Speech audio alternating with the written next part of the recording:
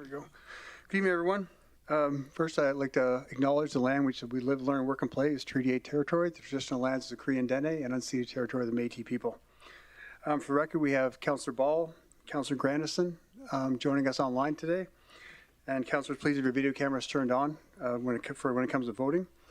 If anyone in attendance this evening wishes to address council on any of the agenda items, please register now with the Legislative Services desk located to my right, as I'll be only calling upon those who have registered to speak. Following your submission, please remain seated for questions from council, and please keep your presentation on topic, and you're permitted up to 5 minutes to speak. Before we adopt the agenda, does anyone wish to serve a notice of motion?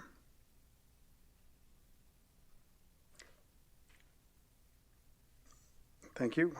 So please note for this evening, United Way of Buffalo has sent in their regrets and are unable to present this evening. Can I have someone make the motion to amend agenda and remove item 6.1? Councillor Grandison. Thank you, Mr. Mayor. I move that agenda be amended by removing item number 6.1, Kathy Seeds, United Way, Fort McMurray and Wood Buffalo re-annual campaign, and that the agenda be adopted as amended. Thank you, Councillor Grandison. Can I have someone second that agenda? Councillor Walkman. Thank you, Mr. Mayor. I second that motion. Thank you. Are there any further amendments of the agenda? Not seeing any. I call for a vote. All in favor? And that's carried unanimously. Thank you. Moving on to the consent agenda. Does anyone wish to remove any items from the consent agenda? Hearing none. Can I have someone make that motion? Councillor Walkman. I move that the recommendations contained in items 4.1, 4.2, 4.3, 4.4, 4.5, 4.6, and 4.7 be approved. Thank you, Councillor Walkman. If someone would second that motion. Councillor Dogar. Aye. Call for a vote. All in favor? And that's carried unanimously. Thank you. This evening, the first item I'd like to address is a proclamation we have for tonight's meeting for the National Day for Truth and Reconciliation, which reads as follows. Whereas the Regional Municipality of Buffalo recognizes September 30th as National Day for Truth and Reconciliation. And whereas this day is commemorated nationally to raise awareness of the tragic legacy of Canada's residential schools, honor survivors, and remember those who did not survive. And whereas it is important that all Canadians understand the complex truth and history and ongoing impact of residential schools and the resilience that Indigenous peoples have shown amidst the collective harms and atrocities that have been endured. And whereas the municipality will continue to listen to, learn from, and share the truth as we honor the survivors of residential schools, their families, and their communities, as we mourn the children who never returned home. And whereas in the Wood Buffalo region, the Holy Angels Residential School and Fort Chipewyan operated until 1974. The Bishop Pichet Day School operated until 1985, and the Fort Mackay Day School operated until 1963, and the John Vier Day School operated until 1974. And whereas the municipality remains committed to truth and reconciliation through strengthened relationships with Indigenous governments, communities, and partners to implementation of the Truth and Reconciliation Commission calls to action. Now therefore, I, Sandy Bowman, Mayor of the Regional Municipality of Buffalo, do hereby proclaim September 30th, 2023 as National Day for Truth and Reconciliation.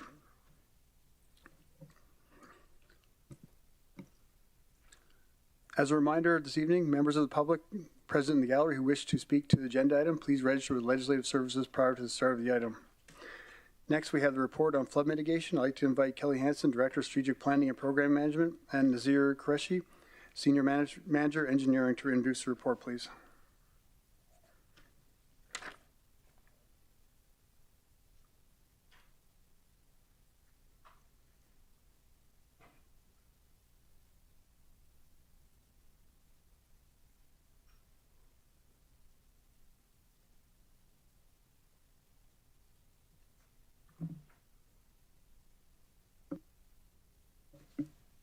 Good evening, Mayor and Council. My name is Kelly Hansen, Director of Strategic Planning and Program Management, and tonight I'm presenting on an update on flood mitigation along with Nasser Qureshi, Senior Manager of Engineering, and Marie Nakanochi, Program Manager within Engineering. As flood mitigation is being approached as an organizational priority, additional members of the Flood Mitigation Working Group are also in attendance this evening to support any questions of Council. This presentation will provide an update on flood mitigation program broken down by stages and includes the financial update on the overall program spend. Before we end the presentation, we'll speak briefly about next steps that administration will undertake. On May 23rd of this year, administration presented the flood mitigation framework to council, where additional structure was confirmed to support the required projects and activities as they relate to flood mitigation. The framework breaks down flood mitigation projects into 3 distinct stages. These 3 stages allow for the public and council to clearly track progress that's being made towards the conclusion of flood mitigation infrastructure investments. In alignment with our commitment to provide consistency in reporting methods, this slide currently depicts the current status of the above-ground permanent flood mitigation projects.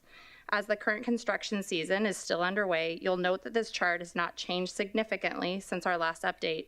Council can expect to see changes to this chart in the future updates as active construction season will be concluded. Stage 1 of flood mitigation framework includes reaches 1 through 11. Since the last update to council, progress on stage 1 projects has continued with active construction on reaches 5, 7, 8, 10-1, and 11. The projects are currently on schedule as identified as part of our last update provided to council. Project-specific progress will be highlighted in the upcoming slides. Reach 5 wraps around Edgewater Court and Riverwalk Villas. Buildings at the intersection of Rydell Street and Clearwater Drive. Clay berms are being constructed on the south and north ends of the reaches, and double sheet pile wall has been constructed in the area between the 2 clay berms. As of this reporting period, the contractor has installed 600 meters of double sheet pile wall and 4,300 cubic meters of material has been used for earthworks and the construction of the berm. It's anticipated that the intended flood mitigation measures will be achieved by the end of 2023. And the total completion of the project is planned for fall of 2024. While active construction of Reach 5 was underway, administration was contacted by a resident of Riverwalk Villas and subsequently a representative of the condominium board, indicating concerns related to flood mitigation project. The concerns identified were generally summarized as the following: disagreement with the height of flood mitigation, the placement of the walking trail on the sheet pile wall, and proximity to the 4 main floor Riverside units, as well as an additional comment was made around dissatisfaction with the engagement process. Administration acknowledges the concerns that were brought forward with relation to the current design. In response to those concerns, the following actions were taken. Administration met with the representative on site to gain further understanding. A working group comprised of several departments was brought together multiple times to consider the request for adjustment to the active construction project. RCMP and bylaw services completed a site visit to further consider safety and security as it relates to the trails and proximity to the condo. Following the actions taken, administration connected with the resident and provided our commitment to continue to monitor and work collaboratively. However, at this time, we were not able to provide a shared recommendation to initiate project design adjustments.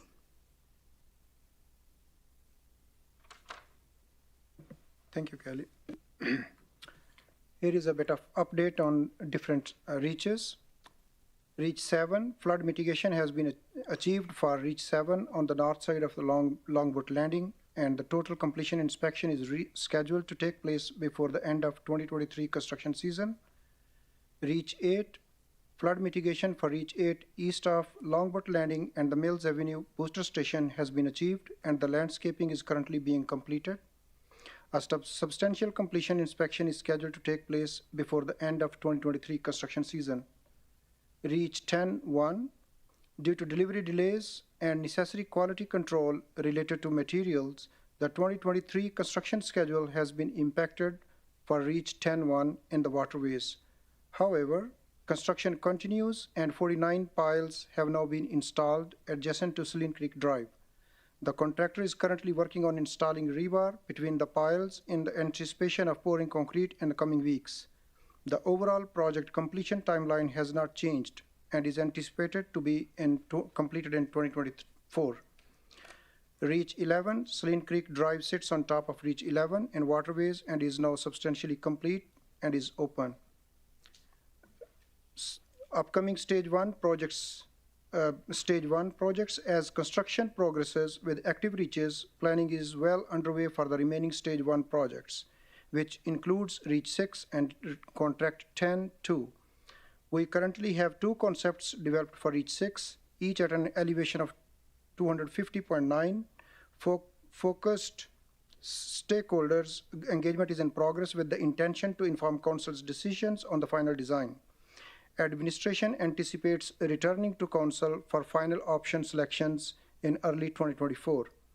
The scope for Reach 10-2 is currently being finalized, with tender planned for early 2024, and the construction is planned to begin later in 2024. Stage 2, modification and expansion. Following the 2020 floods, modifications and expansions were made to the original scope of flood mitigation activities that reflected the learnings from the flood event. The following 4 slides will provide an update on the Stage 2 projects shown on the screen. Seasonal mitigation update. As permanent flood mitigation continues to progress, the requirement for seasonal mitigation decreases. Overall costs have trended downwards over the last 3 years. And as shown on the slide, it has dropped from 11.3 million in 2021 to 6.5 million in 2022 to 4.3 million in 2023. Interim mitigation. The interim clay berms that run alongside portions of the Clearwater Drive will remain in place until the completion of Reach 6. This berm continues to be monitored and inspected on an annual basis to ensure that the protection level of 250 meters is achieved. Underground enhancements update. Underground enhancements continue with approximately 75% of the design now complete for Reach 1 to 4 storm outfalls. The Athabasca Bridge storm outfall, the King Street Bridge storm outfall, and the sanitary system enhancements at Borealis Park.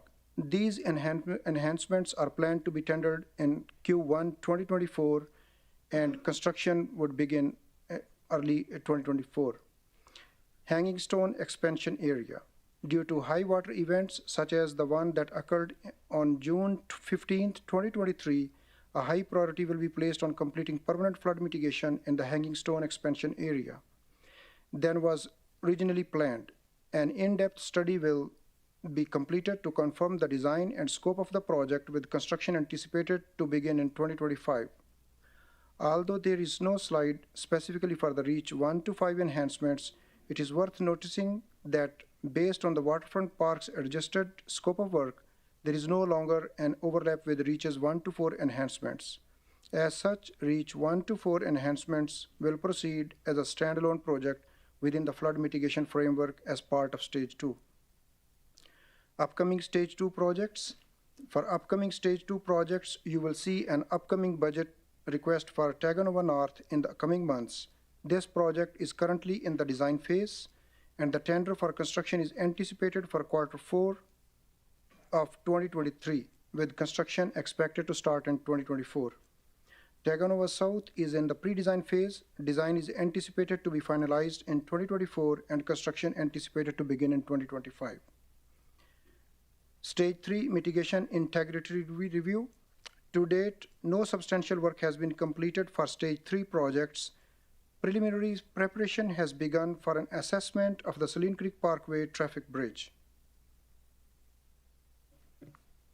On this slide, you'll see the financial update broken down by stages, activity, and highlights the change in total from our last reporting period. Of note, there is a project spend of $14.9 million since our last update to Council on May 23, 2023. Additional details related to the finances have been included in the Council report. This slide illustrates the spend per year for flood mitigation activities as of July 31st, 2023, and compares to the annual spend of previous years. As mentioned earlier in the presentation, we're committed to providing ongoing reporting on a quarterly basis as a working group. This reporting will be provided on progress as well as costs associated with flood mitigation. Thank you for the opportunity to present. We're happy to take any questions. Thank you. Thank you for the presentation. And it's nice to see all the check marks on things that are completed and the cost of the temporary going down. So it's great to see that report. Thank you so much. Councillor Dogar, you have a question? Thank you, Mr. Mayor, for giving me a chance. Thank you, sir. Thank you, presenters. Very good presentation, very informative, and lot of work done for the downtown people and for the entire community.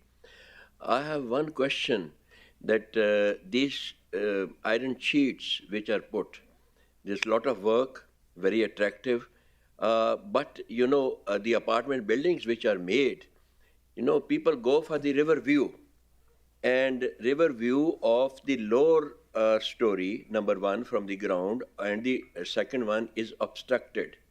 Their price level have gone down. Have we considered it, or is there any demand for compensation, or we are obliged to help them or not? Through the chair to Councillor Dogar, your comments related to the impact for those main floor units is absolutely noted. That's something we've acknowledged as a working group. I wouldn't be in a position to speak to the cost or the impact to each individual unit's financial impact. I'm not sure that we'd have those numbers yet, as the construction hasn't been completed. And then I do know that there's an opportunity for conversation around what maybe next steps. Administration has considered adjustments in the design, but based on where we're at in construction, at this time we're recommending continuing forward, recognizing there was a robust engagement process completed in advance of the project. Maureen, if you have. Through the chair to Councillor Dogar, if we're not acquiring property, we usually administration doesn't necessarily offer compensation. If council directs us to investigate compensation, we will pursue that. Thank you.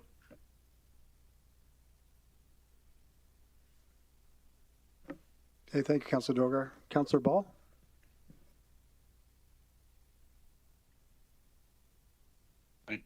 Thank you. Through the chair to the presenters. I guess my question's a little bit more holistic.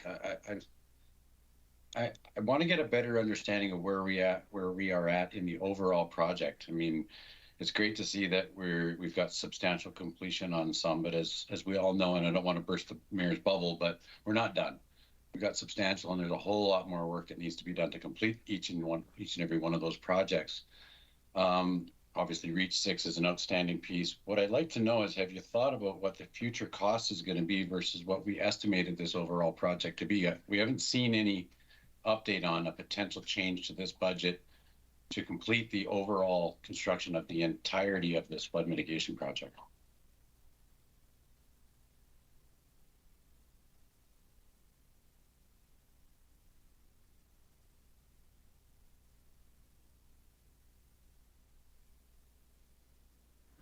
Through the chair to Councillor Ball, the overall cost to complete is has changed obviously throughout the years.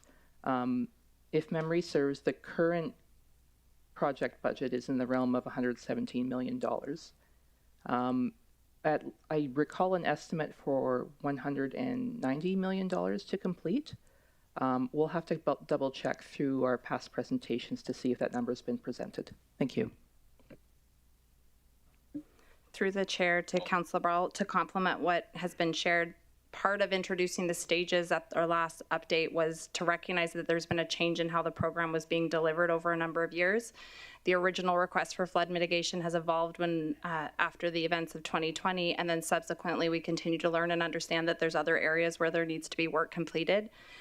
We do have that as one of our objectives, to continue to refine the process in how we're reporting on the finances. And that is, I guess, not to just simplify it, but as part of one of our next steps, it is the refinement of future, to be able to provide those numbers in that future forward manner. Okay, well, to that, then I guess I'll say the flood was in 2020. That was 3 years ago. So I think we've had plenty of time to try and figure out where we're going with this and what the valuation of the end goal of this project is. I know Reach 6 is a big number relative to what the design is going to look like, but having a couple of options and something for us to look forward to relative to approving, I'm assuming, some very substantial capital projects coming forward in 2023 and potentially 2024 it'd be nice to have a heads up. So do you have any of those numbers, or you don't?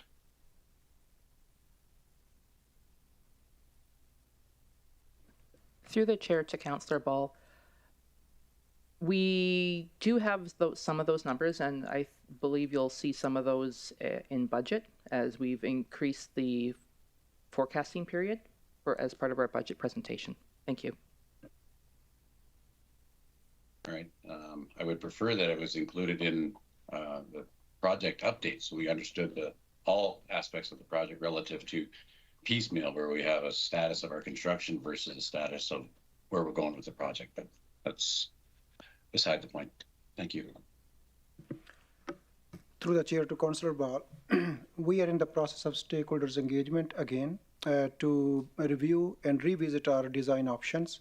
That would give us a big impact on our cost. So considering that, so in our coming budget, and before that, definitely we will have enough information to come back to council with both design options, which with stakeholder engagement feedback, and that would give us the number as well. So we will bring overall picture of the REACH 6 and cost. Thank you. Thank you. Thank you, Councillor Ball. Councillor Dogar? Thank you, sir. I just want to ask you what this protective measure has been adopted and investment is done. It is keeping in view the last 100 years, the record of the floods. So what do you feel for how long this iron sheets has the life? Or later on some maintenance has been planned or not? Through the chair to Councillor Dogar, the life cycle of something like a berm is almost indefinite if you maintain it properly. The sheet pile walls will definitely need maintenance. I imagine that they'll need repainting every certain number of years. As part of the construction project, they are going to be painted, which will alleviate a lot of the concerns with rust. Thank you. Thank you. Thank you, Councillor Dogar. I believe Director Farquharson, you have something to add?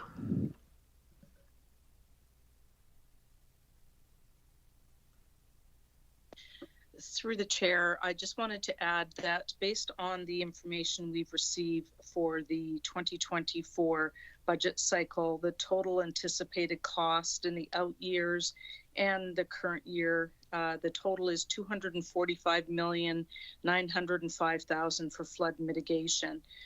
In addition to that, we have $7,652,908 that has been allocated for design costs. Thank you, Director Farquharson. Councillor Ball? I just wanted to say thank you for that, CFO Farquharson. I can't pronounce it, Laurie. So did you say 245 was the final number?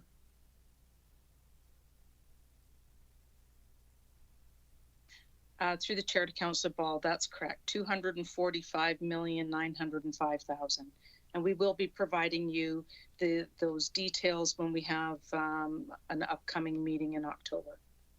Okay, and we have what spent to date? I would have to go back to the slide that Director Hansen had. If we could go back to that slide. It will show you what's been spent to date by REACH. $100 million. Yes. So that tells me we're not even halfway done. That's the point I'm trying to make. So we're celebrating some successes and we're not halfway done. So through the chair to Councillor Ball, one thing I would like to point out is for that $101 million that you see up till July, we are in the midst of construction season, and those financials were taken from our financial system for those invoices that have been entered. So you are going to see some invoicing from July onward. So the next update will show you a more up-to-date dollar value. Yeah, I appreciate that, but we're spent to date, completed a little less than half the project, value-wise. So, no, appreciate that. Thank you. Thank you, Councillor Ball. Councillor Bussier? Yeah, thank you, Mayor Bowman. Through the chair to the presenters, I guess at the end of the day, outside of throwing more money at the project, is there anything this council can do to expedite the flood mitigation, given the length it's taking?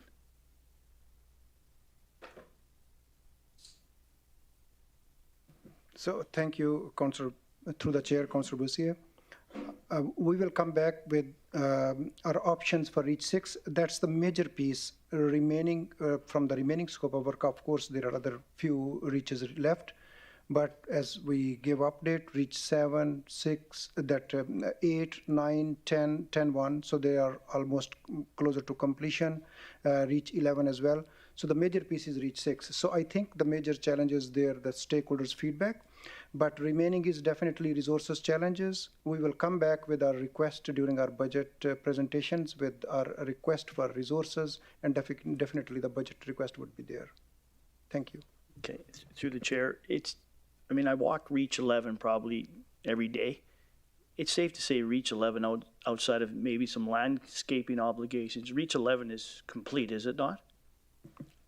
Through the chair, Councillor Bussier, yes. So substantially complete landscaping portion is left. I believe so that's scheduled for next year. Thank you.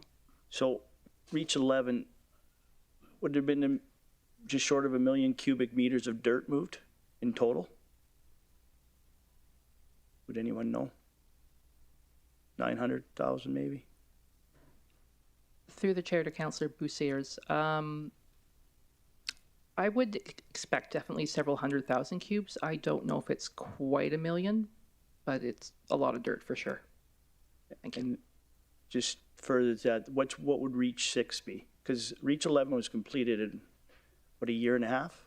18 months? Through the chair to Councillor Bussiers, you're correct. For Reach 6, I think we're eyeballing somewhere in the range of 300 to 500,000 cubes. Currently, that's the guess based on the concepts we have right now. Thank you. Okay, thank you. Thank you, Councillor Bussier. Any other questions from council? I'm not seeing any, so thank you for the presentation. And do we have any delegates for this item? Thank you, Mayor Bowman. We have one registered delegate. Okay, so I'd like to invite Dr. Jones.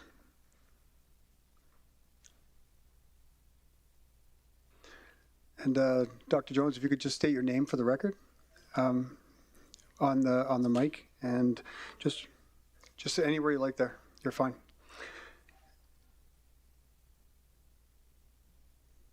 And you'll have 5 minutes to present, and just remain seated for questions, please. You can sit, it's fine. Yep, thanks. Just there's a button in the front there, Doctor. No, there's a rectangle right in the middle. Nasir, can you take a look? Thank you very much. Thank you. I'm sorry. My name is Dr. Robert Jones. Would you like me to continue on? Thank you. Thanks for the chance to be here. I have never presented in front of a council or anyone political before. I am here because I am a resident of Fort McMurray's. I've been here now for 42 years. I'm a health a practitioner. I'm a dentist, and I've been here since I graduated from university. I love my city, and I am here because I am here to speak on behalf of the residents of Riverwalk Villa, who are probably the most direct and the most directly affected of any of the residents of Fort McMurray. First of all, I want to say, you can hear me. I don't know if I'm speaking clearly into this microphone or not. Thank you. First of all, I am here in a spirit of collaboration. I know too often in the world we live in, there's no collaboration, no consistency, and there is no cooperation. This is not my intent on being here. First of all, I want the city protected. This is, as a citizen and as citizens of Riverwalk, we want this. Please be clear, I speak not for myself alone, but I speak for the residents of Riverwalk Villa. So just to go back, and I'll make this as brief as I can, just to restate some of the facts. I was one of the first residents of Riverwalk back in 2000. It's interesting because Bill De Silva, who built the project, is here today. When Bill built this project, it was presented, there was a view of the river. My unit was above the trail, the jogging trail that was there. It was one of the nicest views that you would find anywhere of the Clearwater. We were presented at that time that the magic number was 248 meters. And I asked Bill at that time when I bought that what did that mean? It meant that if there was a flood, the 100-year event, that the main floor, the balcony of Riverwalk and the main floor of that complex would be above the 100-year floodplain and only the underground parking would be flooded. The flood of 2020 came. And that is exactly what happened. I was in my unit for the entire event. I was evacuated by Zodiac, by the fire department. The water came about 5 to 6 feet below the level of my deck, which is exactly the 200, roughly if you do the math, that's about the 248 meter mark or below. Now I talked to Maureen, and I didn't talk to Nazir, another engineer, and I talked to Kelly as well. In an effort to try to have some input into this process. Now, I must point out, without undue criticism, that there was, as Kelly said, an attempt to be collaborative and to present to the residents what the plan was. I would say, with all due respect, that especially those of us in the healthcare industry were recovering from COVID. It was a terrible, terrible time. I realized the immediacy that had to be put forward in regard to the flood, but I do think the collaboration and the information that was disseminated was not absorbed by a lot of the residents or understood by them. I will not be critical, but I will say this, that many residents, a great majority, do not understand the entirety of this REACH 5 project. So here is the situation. We're building this steel wall. It's a solid steel wall, 250.9 meters. That includes, that's built to the 200-year flood of 250.5. I'll get my notes, excuse me.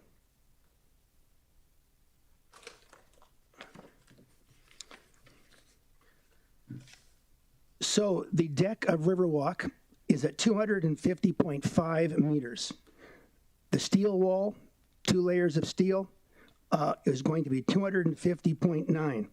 That includes 0.5 meters of what is called freeboard. That is over and above the 200-year. So therefore, the 200-year flood is 250.4 meters with half a meter of freeboard. I realize that this council voted on this, and I have respect for that. However, I say this with all humility and all sincerity. We have to live there. And we are prepared to sacrifice for this city, to have a wall put in front of us to save the city and to be part of that process. But please put yourself in our position living there. This does not just involve the front 4 residents, 2 in each building. It also involves the second floor most directly because there'll be a jogging trail on top. Now, please imagine how this plays out. You wake up one day and the beautiful view of the river, and could I go back? Originally, it showed before and after that Kelly had of the view before and after. Here it is now, and understand that that steel wall allows no view of the river whatsoever. But this is not to be personal. This is about the residents. Not only do we have to tolerate this, but now we're told there's going to be a jogging trail on top of this wall. Now there'll be railings on top of that, a path and railings. People will walk right by there. So sorry, Dr. Brown, I have to stop you over 5 minutes. But please remain seated, because I think, and keep your notes out, because I think that'll be some questions that council will have to ask. I apologize. No problem at all. That's my job. But first of all, I want to thank you for your presentation, for coming forward. We've had several conversations, and I've been down there myself. So I appreciate you taking the time to speak Sandy, to me could about I just say one thing is this? Yep. I want to be clear, and again, I'm sorry for being long-winded. What we at Riverwalk want, number 1 is no jogging trail, please. Number 2, some thought to adjusting the freeboard. 248 was the magic number. 250 is a 200-year. We would like to have a half meter or a meter off the wall to take it down, because 200 years is a big number. But the biggest single issue is we beg of you no jogging trail on top. All we ask is that the trail bypasses those buildings and then rejoins the river on both ends. It's a matter of 200 meters of trail going behind and not going on the river side of that project. That's all we humbly ask. Okay, thank you. Do we have any other questions from council? I'm not seeing any, so thank you, Dr. Jones, and I'm sure we'll be talking again. Thank you. Thank you.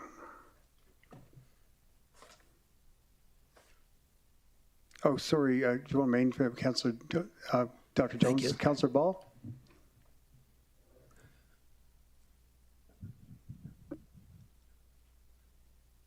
Thank you, through the chair. I appreciate your input relative to this, and I've seen this as well and understand. So if you're standing on your balcony, what I'm curious about is how far is that trail away from you? Could you jump from the trail onto your balcony?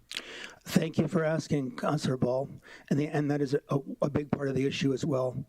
It is so close to my balcony at one point, you could literally jump from the trail onto my balcony, and you'd be jumping down onto my balcony, not across to it, because again, yep. Even easier jumping down, not jumping up, so. The level of the wall at now is 250.9. My deck is 250, so it's 0.9 meters down to my deck. And as well, the second floor is, of course, it's elevated up, so they, of course, share in this situation. Another thing I should add is our great concern about garbage and the railings, spindles being kicked out. We have a railing at great expense to build on this wall, which adds greatly to maintenance and how it will be serviced and what will happen as well. And it's about how far away? It's only... I would estimate it would probably be about 10 feet, 10 to 12 feet. Okay. Great, thanks. Appreciate your input. Thank you. Thank you, Councillor Ball. Are there any other questions from Councillor for this delegate? Councillor Weigel? Thank you, Mr. Mayor. Through the chair, thank you, Dr. Jones, for your presentation. I appreciate your concerns. You seem to be a very involved person and very informed. When you talked about the engagement, were you part of the engagements that went on? Sadly, Councillor Weigel, I was not. I wish I was, but I was not. Okay. So you were unaware that this was, before this went up, that this was actually going to be the end result? Yes, and the thing is, most of my neighbors in the complex really had no idea. The biggest single surprise has been the jogging trail on top of the wall. Most people had no idea about that being the case. And again, ignorance is no excuse, and I don't want to say that, but it was a very difficult time for all of us, and to be engaged at this level with something that's this big. This is a $250 million project, and it's very important to all of us. So the answer is, no, I was not involved and wish that I would have been. Okay. Have you talked to anybody that was involved with the engagement that would have known that this was going to be the end result? Our condo board was informed of the plans, and Katie Ekroth, who manages our building, responded that we had some concerns, but I don't believe it was concerted enough and clear enough in that regard as to the extent of this. I do not, again, think it was truly understood the magnitude of the situation. We really believed that we would have a wall built to 248 meters. Wouldn't bother anybody. Right. We didn't care how wide it was. And I should add, if I could, Councillor Weigel, is that we had an idea that we felt they could simply buttress along the trail with a rock wall up to the edge of our balconies, that we didn't need these steel plates, which was a huge increase in expense. But I do concede, after speaking with Maureen and, with Kelly, that they were concerned about big chunks of ice and ice flow and erosion. I was there. I saw these Volkswagen-sized chunks of ice. Yeah. So I did concede on that was needed at this point. It's just that our big concern is the jogging trail, number one. Number two, that the height of the wall be mitigated to some extent to allow us to have some form of access to our beautiful Clearwater River view. Absolutely. Thank you. Thank you. Thank you, Councillor Weigel. Does any other councillors have any questions for the delegate? I'm not seeing any, so again, thank you, Dr. Jones. Thank you. Can I have someone make the motion?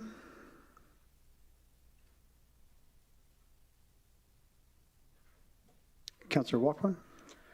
Thank you, Mr. Mayor. I move that the flood mitigation update be accepted as information. Thank you, Councillor Walkman. Can I have someone second that motion? Councillor Dogar. I second the motion. Thank you.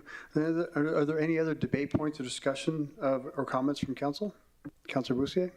Yeah, Mayor Bowman, just maybe if presenters can come back. You got a couple questions. If we could have the presenters to come for a few questions, please.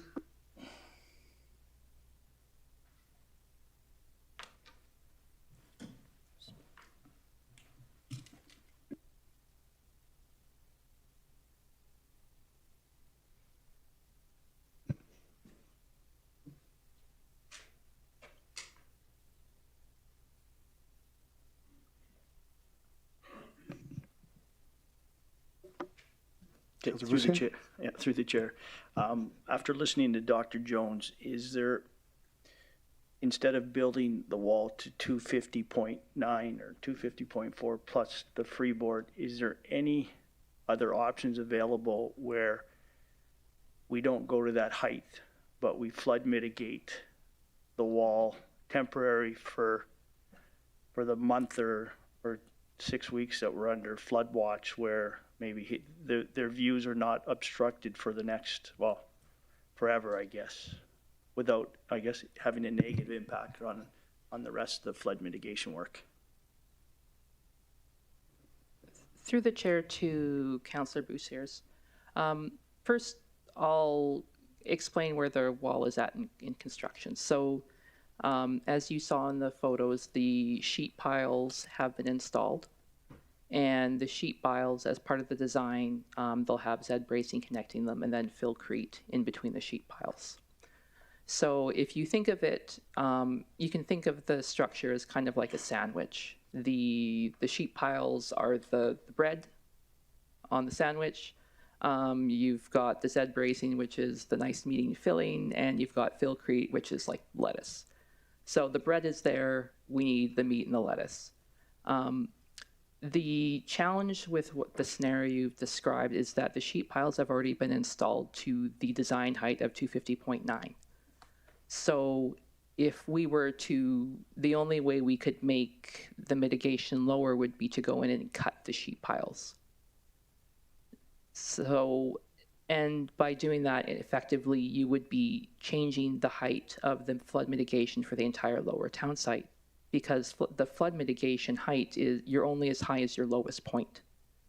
So instead of downtown being protected to the 1 in 200 of 250.4 plus half a meter freeboard to 250.9, the level of protection would now be whatever we cut the sheet pile height to. Okay. I guess not using your sandwich analogy, but just, I'm not that smart. So if you cut the sheet piles or the sandwich, the bologna or whatever, and then you just use sandbags or some other form of flood protection, is there any other options available? Through the chair to Councillor Boussaires. So the sheet piles are already at the height of the flood mitigation. And what we're putting in between them is what gives us the last bit of structural strength. If you cut the sheet piles, you're reducing the height of the flood mitigation. It doesn't, what we put in between the sheet piles is, irrelevant because nobody sees it. Okay, I'm not trying to put any humor in this, but what about the bouncy castles? We could put those on top of the wall if it was cut. I'm just trying to think outside the box for Dr. Jones and his view, because obviously if you bought thinking you're at a 1 in 100 year flood and council changes it to 1 in 200, your view's impacted. So through the chair to Councillor Boussaires, the sheet pile structure that you see there is there because we couldn't fit anything else in that space.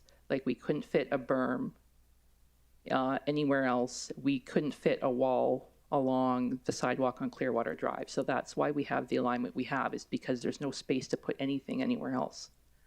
The double wall structure, we did consider, like early on in the project, whether we could have something that would affect the wall, would affect the view less. We looked at different wall cross sections that would have allowed us to put the trail at the bottom, close to existing grade. but those different cross sections didn't give us the structural strength we that we needed to resist the ice forces. So that's why we have the big sheet pile walls. And that's also part of the reason why in past years why you've seen the triple dams in the intersection of Rydell and Clearwater is because we don't have space to put triple dams in between Riverwalk and the river.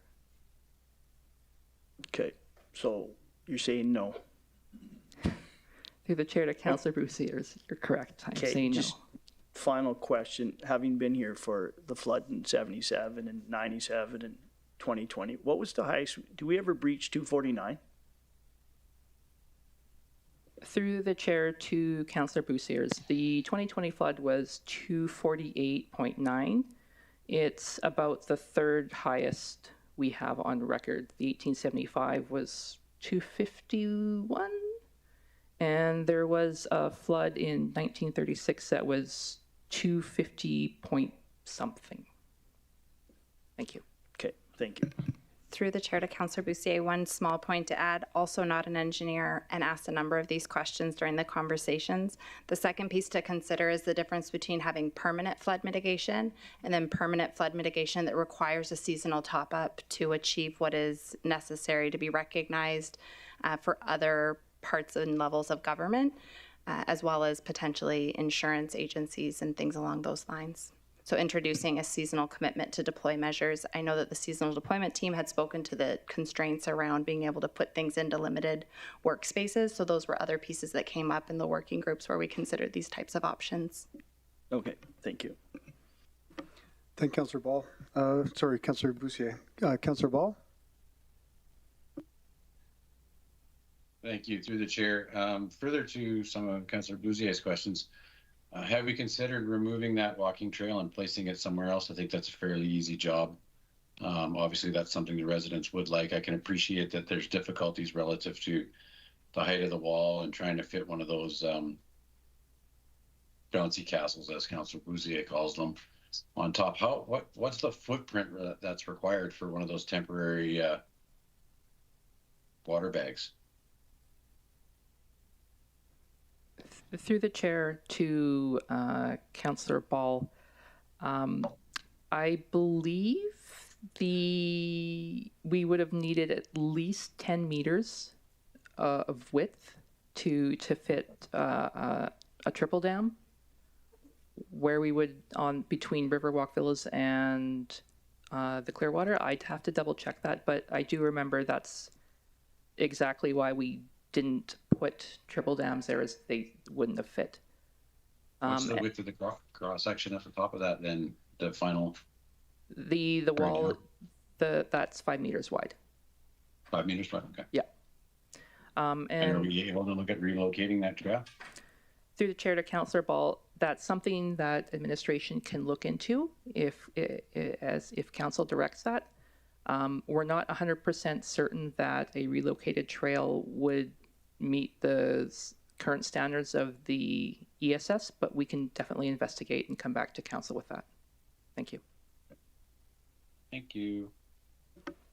Thank you, Councillor Ball. Councillor Grandison? Thank you, Mr. Mayor, through the chair. So obviously I'm not an expert on floods or anything, but the planning for a 200-year flood, that could happen actually next year, correct? Like we talk about planning, and calling it a 200-year flood. That doesn't mean it's going to happen in 200 years. It could actually happen in 2024, could it not? Through the chair to Councillor Grandison, you are correct. So we're caught between a rock and a hard place. As much as I appreciate the concerns of the citizens who bought there with a view of the river, and I've certainly had lots of conversations with people that I know, and their disappointment in, the changing landscape in downtown, but we can't have it both ways. I think that, and I think legal could answer this question, based on everything that I've heard, we have a plan for 250.9 or whatever the actual number is, after trying to achieve that, if we now go backwards, do we not open ourselves up to a tremendous liability if we hit that 200-year flood and we've gone backwards from what we've identified as the need? Is that not a huge liability for the municipality and everybody in it?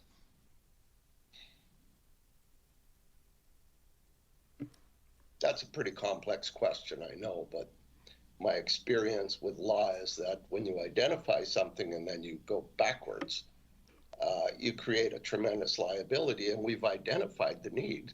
And it affects everybody downtown. Value price, my house has gone down by $100,000.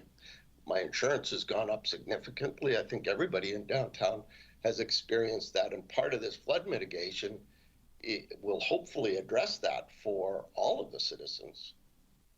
Thank you, Councilor Grandison. Did you have a question, a legal question in there? That I kind of threw a question in there, yeah. Because I think we would create a tremendous liability if we stop doing what we're doing.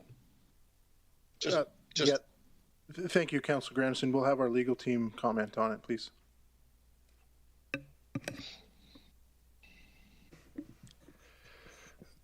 Through the chair to Councillor Grandison, Chris Davis, Senior Manager with Legal Services. There are a number of issues that have come up during today's meeting that are directly affected by legal issues. One is that all citizens affected by municipal public works projects have an opportunity at the conclusion of public works, when the project is advertised, to make a claim for compensation under Section 534 of the MGA. So if the residents on the main floor are affected negatively by the project, there is a venue or vehicle to claim compensation, and that's subject to the principles of expropriation pursuant to Section 534 of the MGA. The other thing that we have been doing is working with legal counsel for the condo, dealing with drainage issues. The wall has prevented drainage from the condo, which should have been directed internally, but which used to go over the municipal reserve and the land owned by the municipality where the wall's being built. That's being blocked. So we're working with the condo collaboratively to deal with that drainage. That's still underway. With respect to the issue posed by Councillor Grandison, this council has changed its mind in the past, not this council, but other councils. It's always possible, and I will remind council that there were flood mitigation measures that were introduced post-wildfire or pre-wildfire following a previous flood that were removed because of insurance issues following the wildfire. That changed the scenario, and as long as council ultimately makes decisions that are rational, that they're done in a public forum, and that they're done with the best of intentions, council will be generally protected from liability as long as those decisions are made in a rational basis. And the MGA also offers council some defense in that regard.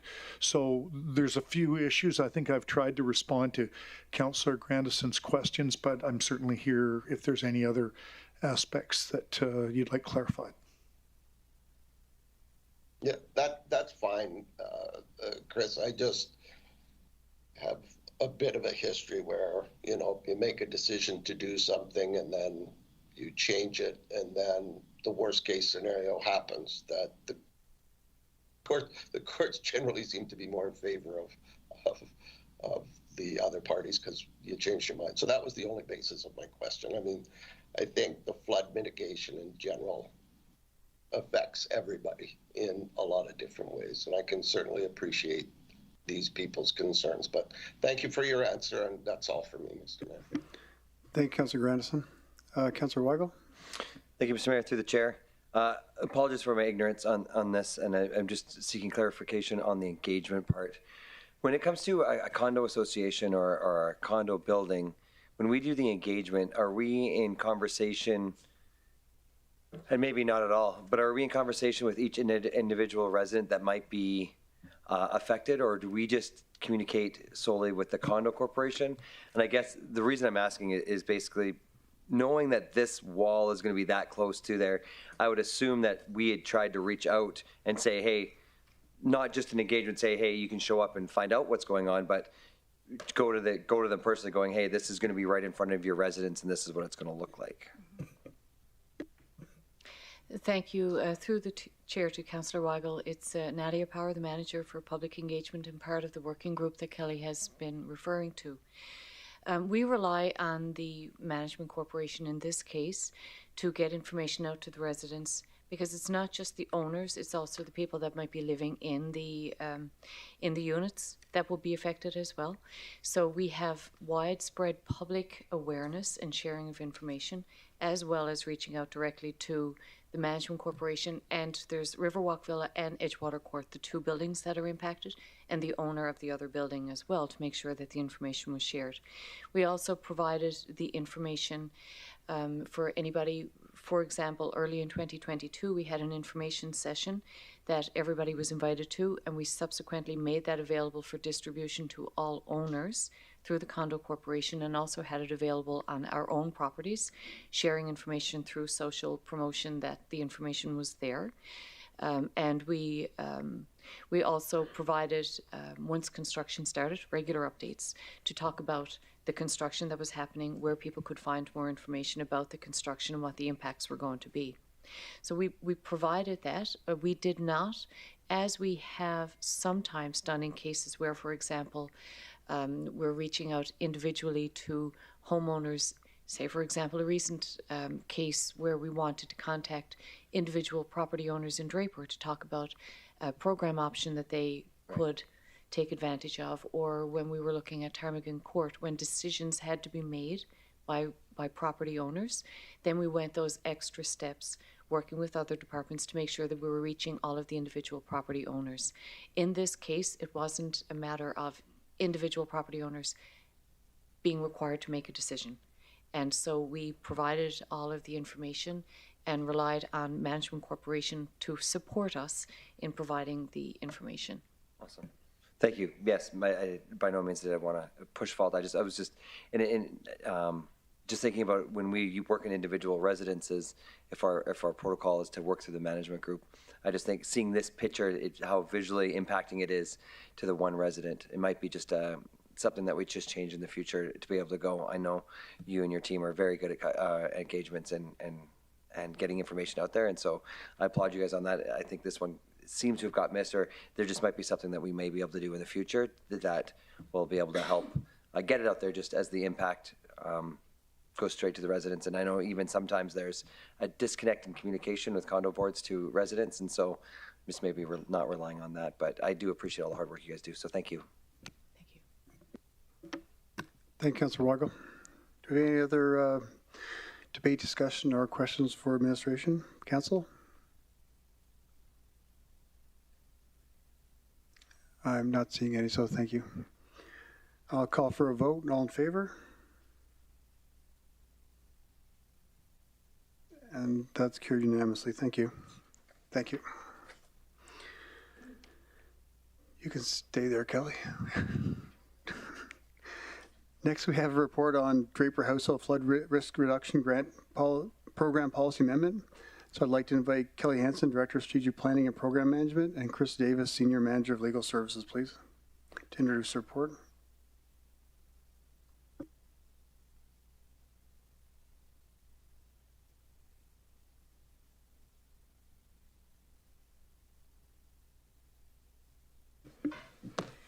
Good evening, Mayor and Council. My name is Kelly Hansen, Director of Strategic Planning and Program Management. With me this evening is Chris Davis, Senior Manager of Legal.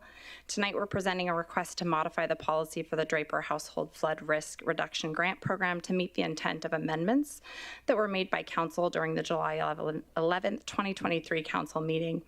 We're also requesting that the funds for the program be allocated for emerging issues reserve.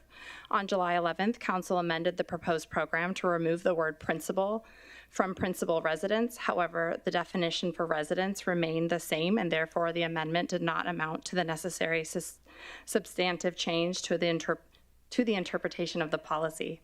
To fully align with Council's intention that policy not be limited to principal or principal dwelling, all references to the word residence will be removed from the policy and where warranted replaced with the term dwelling. Regarding the allocation of funds, on July 11th, 2023, administration presented that should all 21 eligible homes participate in the program would cost $953,400. Of note, administration does not anticipate this amount being fully subscribed, as property owners choosing to participate in the voluntary buyout program will not be eligible for the program.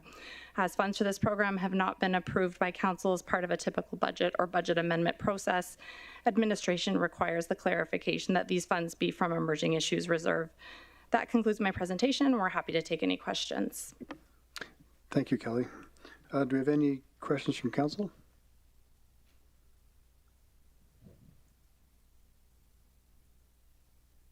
I'm not seeing any. Thank you. Do we have any delegates this item? Thank you, Mayor Bowman. We have no registered delegates for this item. Thank you. Can I have someone make the motion? Councillor Weigel. Thank you, Mr. Mayor.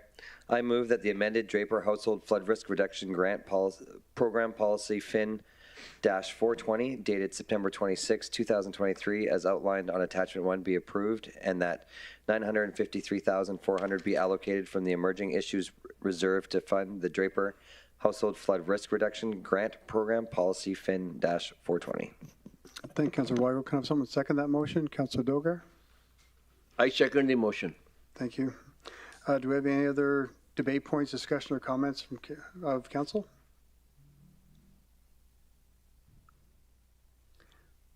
Not seeing any. I'll call for a vote. All in favor? And opposed? And that's carried with one opposed. Thank you. Thank you, Kelly. Thank you, Chris. Next, we have the report on the 2026 Alberta Summer Games funding request. I'd like to invite Keith Smith, Director of Public Works, and Michelle Toner, Chair of the 2026 Alberta Summer Games Bid Committee.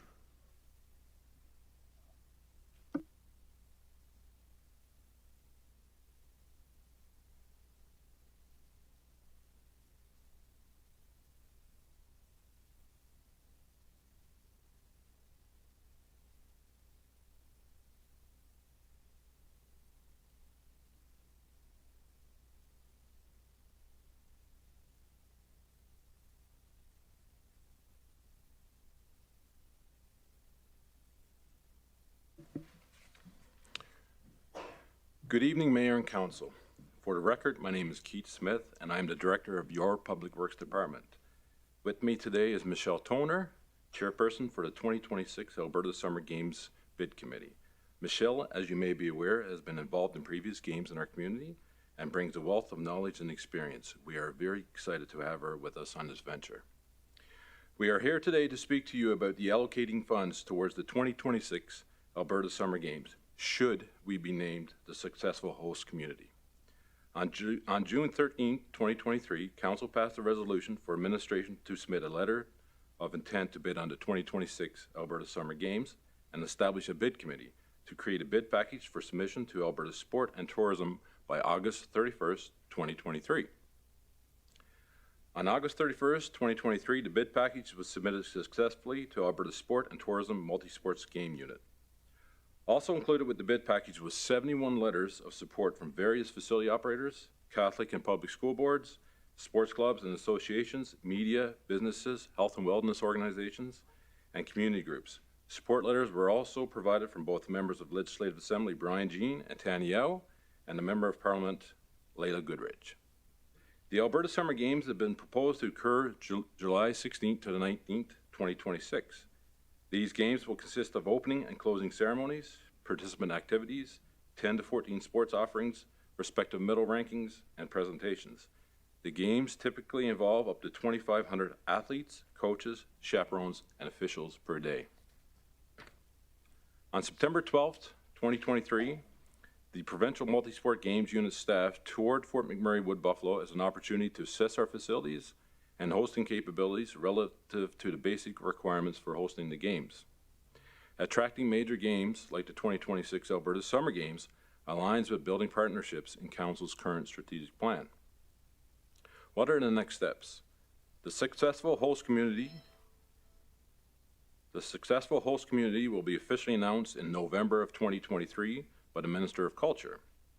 Once awarded the games, a host society will be created. Mayor and council will select the host society games chairperson with input from the bid committee. And then the games chairperson with input from mayor and council will choose the board of directors. Budget. The government of Alberta provides $420,000 in funding to support the operational aspects of the games. The projected budget for the 2026 Alberta Summer Games is just under $4.5 million, inclusive of additional 6% for inflation. The RMWB provided $2.3 million to the 2018 Alberta Winter Games in grant funding, and additional funding is typically generated from grants, sponsorships, gift in kind, and ticket and merchandise sales to help offset the expenses. The host city agrees to accept any financial loss resulting from this event. The successful host community will be expected to provide all publicly owned facilities at no cost to the Games host society. Representatives of the host community will be invited to attend the 2024 Alberta Winter Games to be staged by Grand Prairie February 16th to the 19th, 2024. Based on the information that I presented above, the following motion is recommended. That $2.6 million be allocated from the Emerging Issues Reserve to the 2026 Alberta Summer Games Host Society in accordance with the proposed Games budget overview, should Fort McMurray Wood Buffalo be the successful host community. I'd like to take this time to thank the bid committee.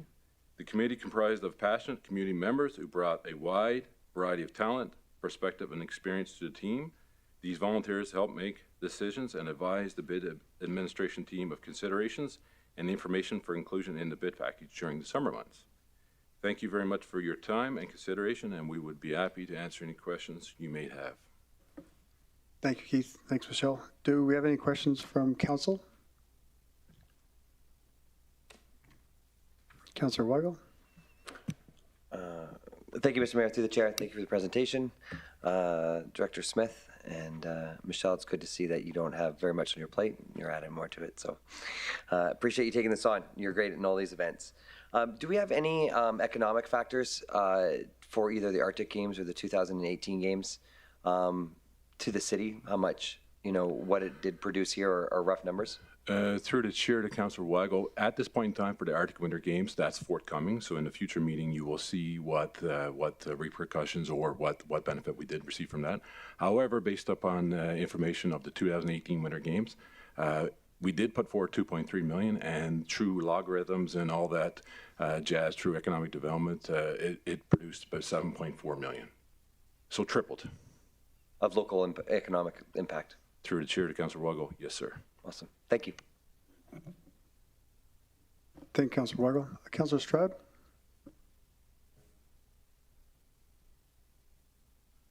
Councillor Stroud, I believe you're on mute. I am.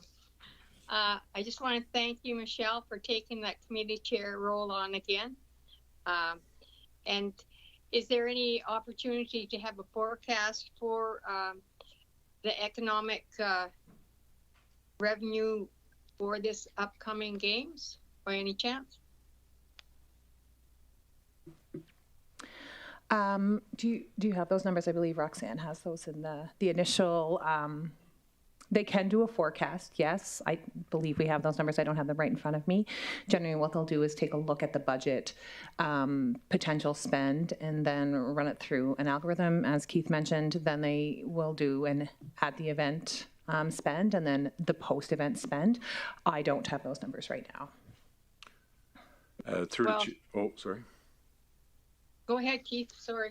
Through the chair to Councillor Stroud, I don't have those exact numbers, and I think it's hard to predict what a future games would bring. However, based upon previous games throughout the province and throughout the community, there is definitely a financial benefit, but there's also a non-financial benefit, that being raising the profile of the community, boosting sports, boosting tourism. So there's a non-financial benefit to these games too as well. That's right. Thank you very much. Thank you, Councillor Stroud. Councillor Cardinal. Thanks, Mayor. Through the chair to presenters, thank you for the presentation. I got a quick question about on a magnitude from 1 to 10. What's the scale of the same participation, I guess not participation, I forgot what word I'm looking for, but the same scale as the Arctic Winter Games, it's going to be, is it going to be similar or is it going to be smaller? Through the chair to Councillor Cardinal. In terms of athlete and participant numbers, it will be slightly larger, but very close. I think where you will see the difference is in spectators and people who will travel to the games. With the Alberta Games, the athlete participants are somewhat younger than you would see in a Western Canada Summer Games or a Canada Summer Games. So we often will see parents, siblings, travel because everybody is from Alberta. You will see that. During the 2018 games, hotels were sold out. Part of what the bid committee had examined in preparing to show Alberta Sport that we were able to host these games was engaging alternative opportunities for accommodations as well, including Gregor Lake Campground, any of our Airbnbs, lodging if needed for out-of-town guests. Thank you. I guess my next question would be for the rural communities, are we going to have similarities to the Arctic Winter Games, like participation-wise? Through the chair to Councillor Cardinal. So in our bid, what we had attempted to do was to create sport hubs. One of those sport hubs was the Anzac area for triathlon and lacrosse.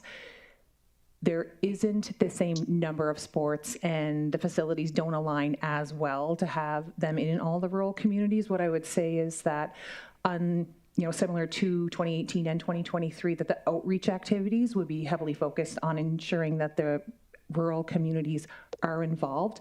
Currently, as proposed, there is no sport competition taking place in Fort Mackay or Fort Chipewyan. There is a travel restriction in terms of how far you can be driving for competition, but the host society, I would imagine, would endeavor to ensure that all of our communities that are represented in the municipality are participating in some way or another. Okay, thank you very much. Appreciate the presentation. Thank you, Councillor Cardinal. Councillor Dogar?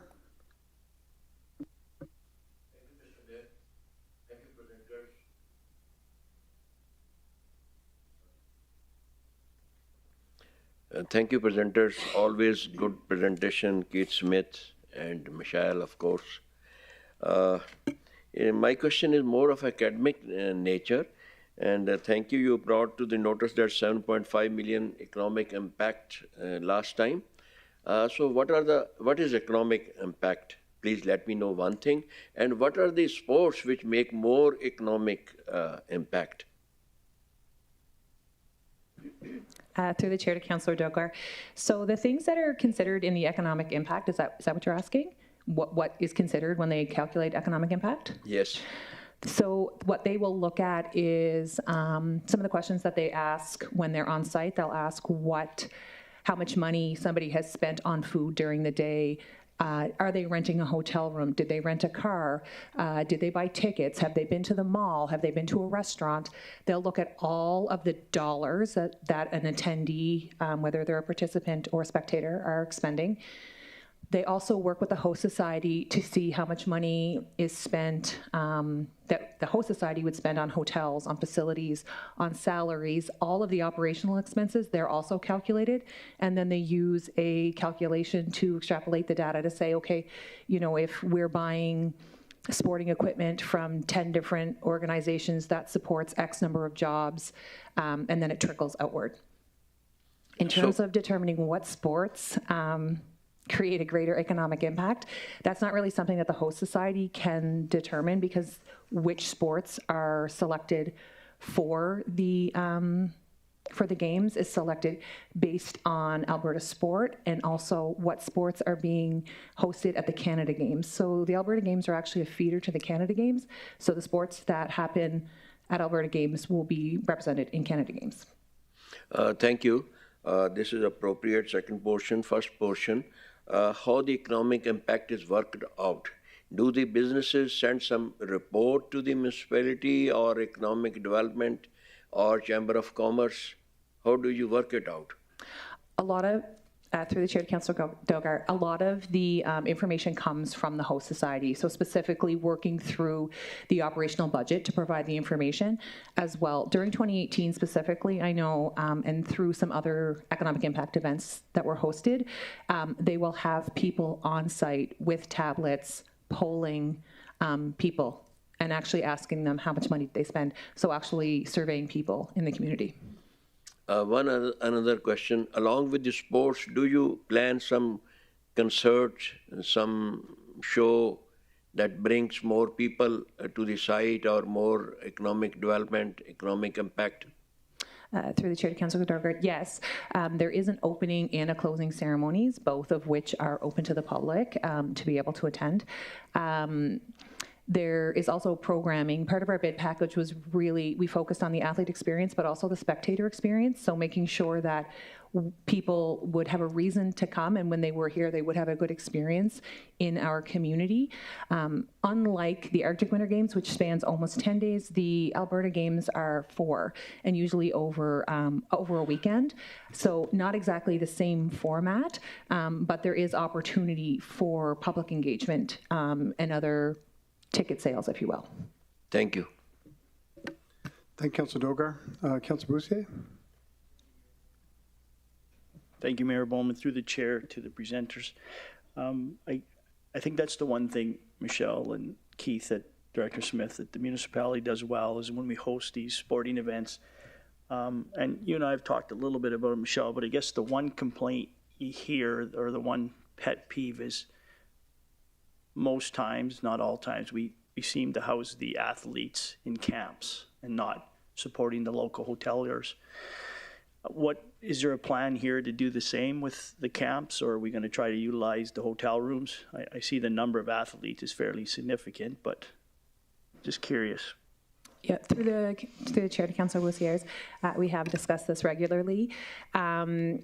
Before we proceeded with even establishing the bid committee, before we even had our first meeting, knowing that having the athletes in town was important to yourself and the rest of council, we engaged in conversation with the Public and Catholic School Board, who both were very supportive and on site to host what would be a more traditional athlete villages in the schools.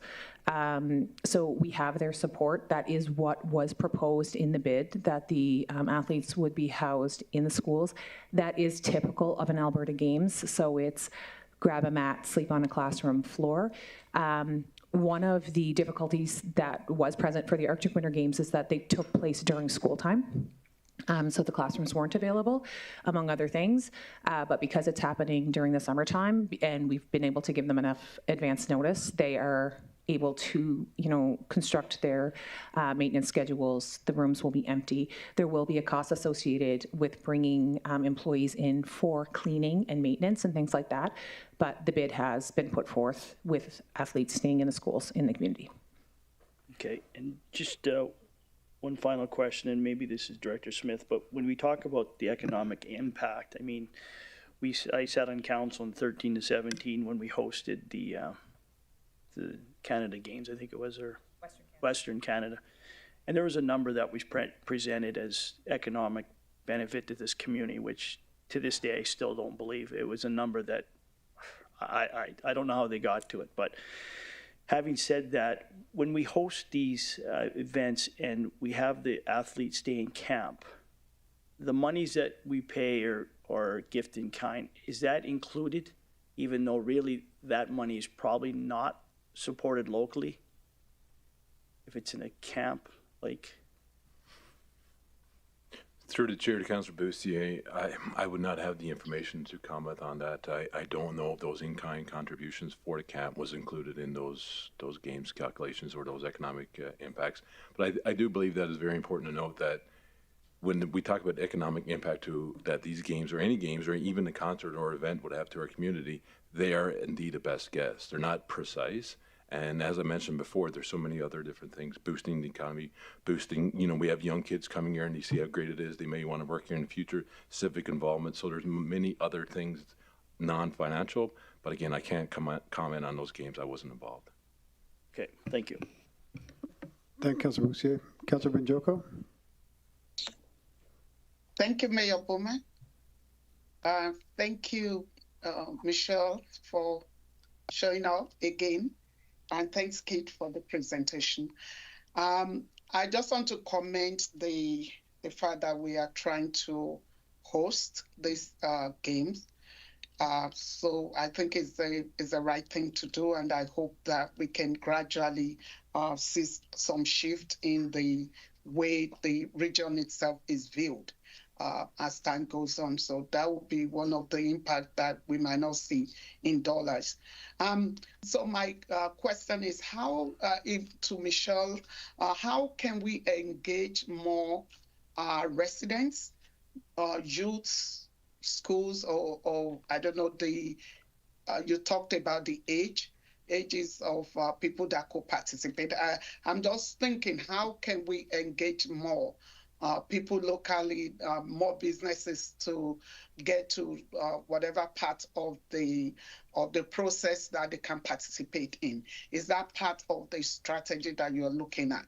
One, the people, and then the small businesses, whatever we can do to engage them, showcase them, or whatever we can do in the process, or get them to be patronized. Through the chair to Councillor Banjoko, I think anytime there is a multi-sport games, we endeavor to ensure that the community knows what's happening. We don't always want to go hat in hand telling or asking people to discount things. We do make every effort to promote to the attendees and to the participants to let them know what is available in our community, working with economic development, working with the Chamber of Commerce.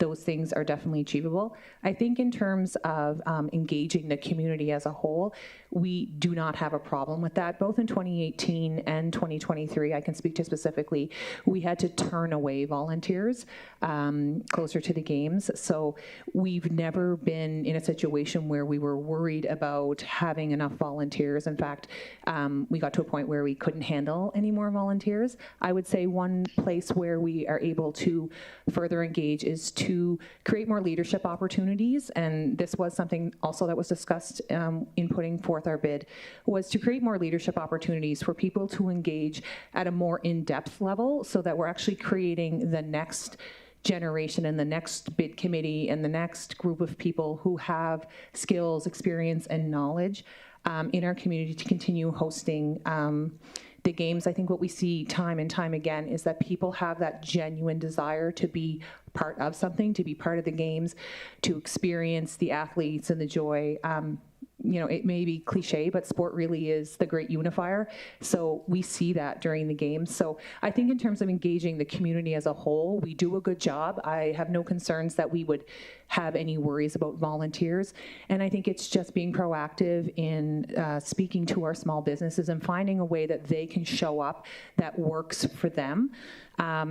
If we speak to previous economic impact, and if there was, you know, discrepancies in what was expected and what wasn't, I think 2018 as a comparison, being both an Alberta Games, we really did see a lot of people here, a lot of people in the hotels, a lot of people in the restaurants.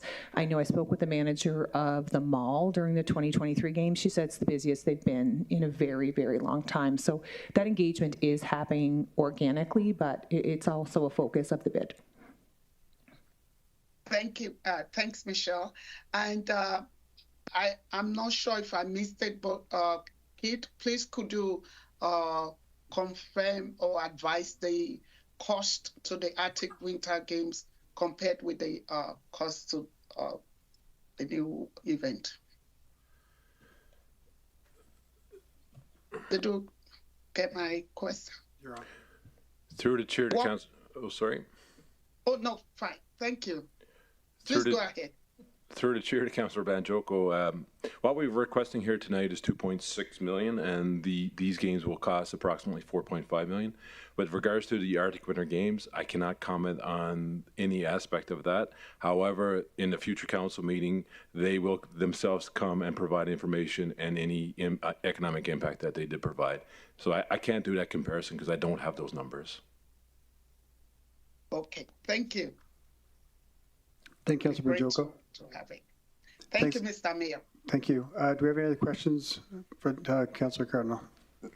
I do. Thanks. Thanks, Mayor. Through the chair to the presenters. For the government grants, who's the one writing the letters? Is it the board, the committee?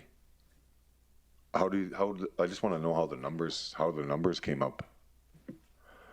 Through the chair to Councillor Cardinal. Sorry, for which grants is it that you're speaking about? Well, just like the letters that are going out to GOA and then the feds, or if there's even any letters going to the feds. I know it's a hard case to try to get money from the feds here in Fort McMurray, but.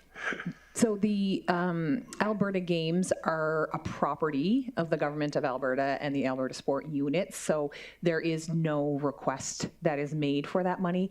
That money comes with the awarding of the games, so nobody specifically has written that. There is a budget for other grants, and generally those have in the past been written by the staff of the host society as a separate nonprofit organization from the municipality. Thanks, Michelle. And when is the due date for the games to be chosen? Through the chair to Councillor Cardinal, they'll be decided on in the next couple of weeks or so, but an announcement in November. November. How many communities in Alberta have applied for the summer games hosts? Through the chair, that hasn't been confirmed, so there was some secrecy there. Yeah. Oh, that's fine. Thank you, Michelle. Thank you, Councillor Cardinal. Do we have any other questions from council? I'm not seeing it, so thank you. Do we have any delegates this item? Sorry, Councillor Dogar? Okay, thanks. Do we have any delegates this item? Councillor Cardinal? I got one more question. Is this, the 2.6 is fair amount? Is it administration's, what do you call that now? Advice to do the 2.6 million? Is that a good number? Yeah. Right? Through the chair to Councillor Cardinal, absolutely. We're coming forward with that request. 2.6 million, that's the, I do believe that's a fair share, and that's comparable to previous games. Thanks, Keith. Yeah. Okay, thank you, Councillor Cardinal. Any other questions from council? Not seeing any. Can I have someone make the motion? Councillor Walkman? Mr. Mayor, before asking for the motion, would you not ask for the comments or the debate on it? It's after the motion. No, that's after the motion. Okay, sorry. Thanks. Councillor Walkman? Sorry. Thank you, Mr. Mayor. I move that 2.6 million be allocated from the Emerge Issues Reserve in the 2026 Alberta Summer Games Host Society in accordance with the proposed games budget overview should Fort McMurray Wood Buffalo be the successful host community. Thank you. Someone second that motion. Councillor Cardinal? I second the motion. Thank you, Councillor Cardinal. Now, are there any debate points, discussion, or comments from council? Councillor Dogar. Thank you, Mr. Mayor. Sports bring healthy activity, business activity, social activity, good impression all over the country, boost to local business, and it's a very great recreation activities as well. And the presenters are well experienced veterans. Hopefully and surely they would utilize the money in the best possible way. And the money gets money. We invest, we get more money also in the business. So I strongly recommend this amount should be given to them. Thank you. Thank you, Councillor Dogar. Councillor Cardinal? Thanks, Mr. Mayor. Just some positive feedback, I guess. I can't wait to be able to, if we do get to host the summer games. I know how the Arctic Winter Games went, and it went very well. Lots of community involvement, lots of culture, lots of kids and youths getting involved, and just another perfect example of our region coming together and showcasing our vibrant community. So let's go Fort Mac. Thank you, Councillor Cardinal. Any other comments or discussion or questions from council? I'm not seeing any. I'll call for a vote. All in favor? And that's carried unanimously. Thank you. Thank you, Keith. Thank you, Michelle. So right now, we're going to take a 5-minute recess for council. We'll come back at 7:40, please.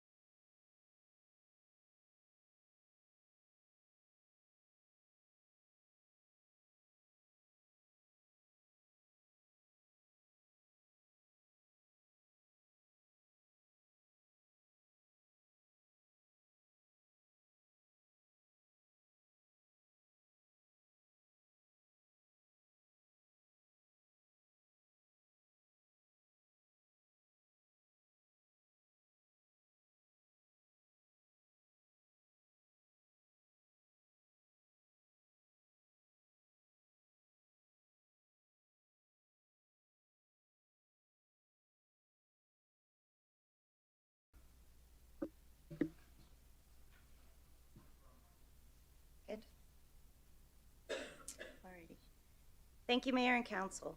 For the record, my name is Patricia Penton, Assistant Deputy Chief of EMS. Regrettably, Acting Fire Chief Kelly Roberts is unexpectedly ill and unable to join us. Today, we are looking for Council's direction on the delivery of ground ambulance services within the region. We are at a decision point that could change the historical delivery of EMS within the region. RES and the integrated service model have existed for 35 years. RES has adapted and responded to the needs of the region throughout this time, and we have built a reputation of delivering a stable, effective, and quality EMS service to the region. It is not lost on us that we are back to where we were in 2009 after the Emergency Services Act transferred power of governance and funding for EMS to the province. Back in 2009, we were faced with two choices: to divest and have AHS provide ground ambulance service, or to enter a third-party contract with AHS to deliver EMS within the region. At that time, the decision was made to enter a third-party contract with AHS. This allowed Regional Emergency Services to continue to operate as an integrated fire EMS department while implementing the vision of AHS for a borderless system with a standardized level of care for patients across Alberta. At that time, the direction was to negotiate a contract with AHS that would give the RMWB full capital and full operating cost recoveries and maintain service standards. We were able to reach a formal contract to deliver EMS services in 2014, which allowed 2 formal extensions that were enacted and ran their course as of March 30th, 2023. In March 2022, the commitment was received that new long-term agreements will be offered to current EMS providers. Throughout 2023, we provided AHS with feedback to the terms and conditions, along with transparent talks on our financials. A year later, in March 2023, we agreed to a 6-month extension to allow more time to negotiate a new contract with AHS to continue as a third-party municipal integrated EMS provider. We went to the table clearly indicating we were looking for full cost recovery, an improved partnership agreement, and the ability to continue to use our integrated model to ensure operational flexibility and efficiencies. Though AHS operational leadership has expressed a commitment to these principles, the financial offer and contract language from AHS does not reflect a true commitment. When AHS provided us with the first copy of their terms and conditions on June 29th, it was apparent that our previous work was not leveraged, and we were given a one-sided contract very much like the one we signed in 2009. We submitted our formal financial request and made it clear to AHS that cost recovery was a major component in reaching a new agreement. AHS made a financial offer to us on August 28th, and it was below our expectations. We counter-offered on September 5th without any response until we received a letter on September 11th from AHS indicating the same financial offer, a slightly revised set of terms and conditions, and a 1-year contract extension that would be imposed if we did not respond or accept. We responded to AHS on September 14th, stating that we were not willing to discuss an extension without first confirmation that AHS would consider our counteroffer. We asked for a response from our September 14th letter by September 19th. We received a response at 4:20 today, September 26th. They responded that Alberta Health Services understands the organizational goal of full cost recovery for the regional municipality of Wood Buffalo. However, AHS cannot agree to the RMWB counteroffer provided as a condition of continuing services. Given the geographical distance and isolation of the RMWB, this would not allow enough time for AHS to ensure continuity of services. AHS is hopeful that the RMWB will not put its citizens at risk of having no emergency medical services should the organization's financial demands not be met by AHS, and will continue discussions. We have struggled with reaching full cost recovery with AHS. The initial contract in 2014 was below our costs, while frozen service and user fees created an expanding gap. We had little power at the time to negotiate with AHS, and the result was a contract more beneficial to AHS that lasted 9 years. As part of our commitment to the values and strategic plan of this council, we are currently seeking confirmation from AHS if they will come to the table with full cost recovery. So that brings us to today, where we would like your direction to help guide our next actions. Option 1, to continue the path the municipality is on with AHS and extend the existing contract in order to continue to negotiate a new agreement. This would include full cost recovery, improved terms and conditions, and the continuation of the municipality's integrated service delivery model in the region. This approach ensures that the municipality provides emergency services with continuity and stability in the region, while also working to resolve issues within the agreement that are of importance to administration. Option 2, accept AHS's proposed financial offer and agreement. This would involve accepting that the RMWB will continue to subsidize a portion of EMS costs over the next 10 years. The gap between increasing costs and recovered funding would continue to grow over the term of the agreement. Option 3, to divest. This decision may benefit the RMWB from a purely financial perspective, especially if we cannot achieve full cost recovery, but it has several impacts that need to be factored in. The first is the workplace alignment, as multiple positions in multiple departments are tied to meeting the terms of the existing AHS contract. Secondly, it will end our time as an integrated department, which could result in increased costs for delivering the same level of fire service. And finally, AHS would then need to secure coverage for EMS needs in our region. They could do this via direct delivery by AHS staff or through contracts with private EMS operators.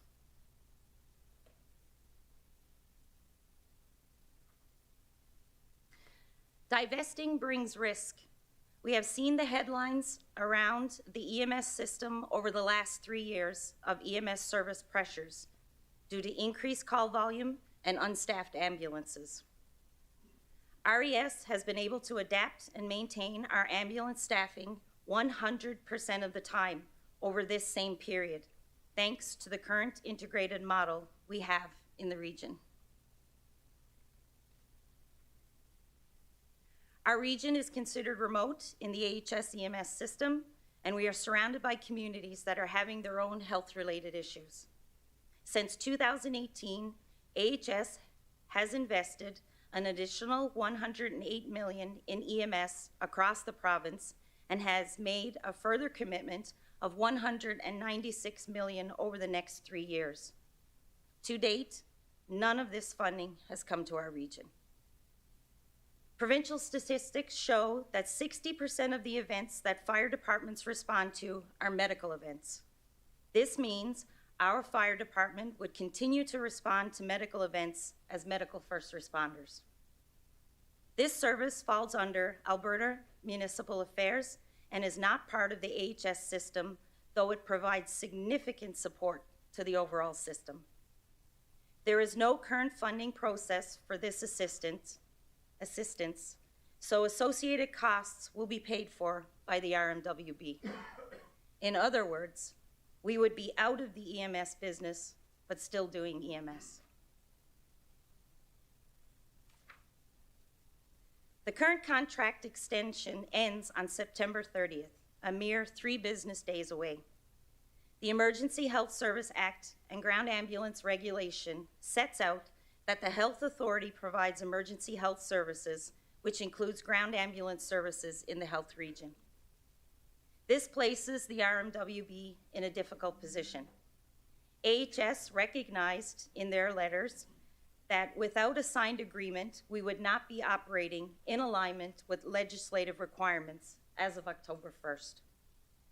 We want to assure you that we will not leave the residents of this region without an EMS service. Though we may not have a legal contract to operate on October 1st, we do have an ethical responsibility not to leave residents without a critical health service. Thank you, and I can take questions if you have any. Thank you, Patricia. Do we have any questions from council at this time? Councillor Ball? Thank you, through the chair. Thank you for the presentation and the information, and can obviously understand you're in a bit of a pickle here. I guess my question would be, and maybe for my colleagues, can you explain what you mean by integrated service? Through the chair to Councillor Ball. So within the province of Alberta, there is actually 7 integrated services. And what that means is that we are dual trained to provide not only medical response, but also fire response. So for example, depending, or no matter what type of call we are called out to, we have the ability to adapt and pivot to do whether fire or medical.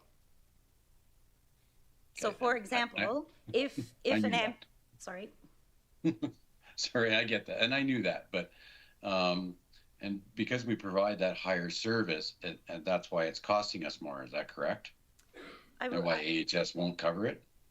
So through the chair to Councillor Ball, yes, we do cost a little more. However, considering if you look at our service history since our inception, we have never had a downgrade in service. And what that means is we have never had an unstaffed ambulance. We've never lowered the quality, or we never lowered the ability or service standard for response. Currently with the Alberta Health Contract, we staff 4 ambulances, 3 ALS and 1 BLS. I'm not quite, not everybody can say that. Not all the ambulance services in Alberta can say that. And it's very apparent in the news for the last couple of years. So I guess you could put a price. Yeah. So, Councillor Ball, if I can add just to that a purely a financial perspective, there within the agreement there are a certain amount of positions that are identified to deliver EMS services, and that then represents the funding to that. So, the integrated service delivery, although is a benefit to our region. And COVID, for example, we were able to pull on our fire resources to maintain that EMS service delivery on times where it was high pressure, where the rest of the province, when they're only direct delivery of EMS, you see, and we witness ambulances without staff.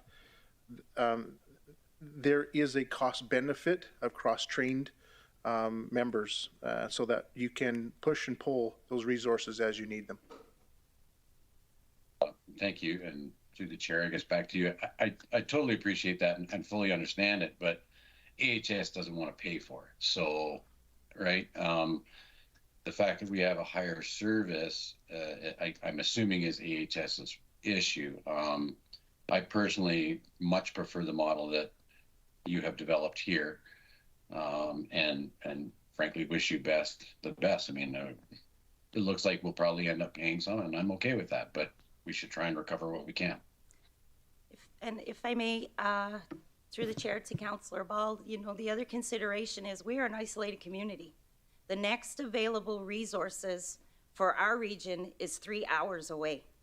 So the integrated service works.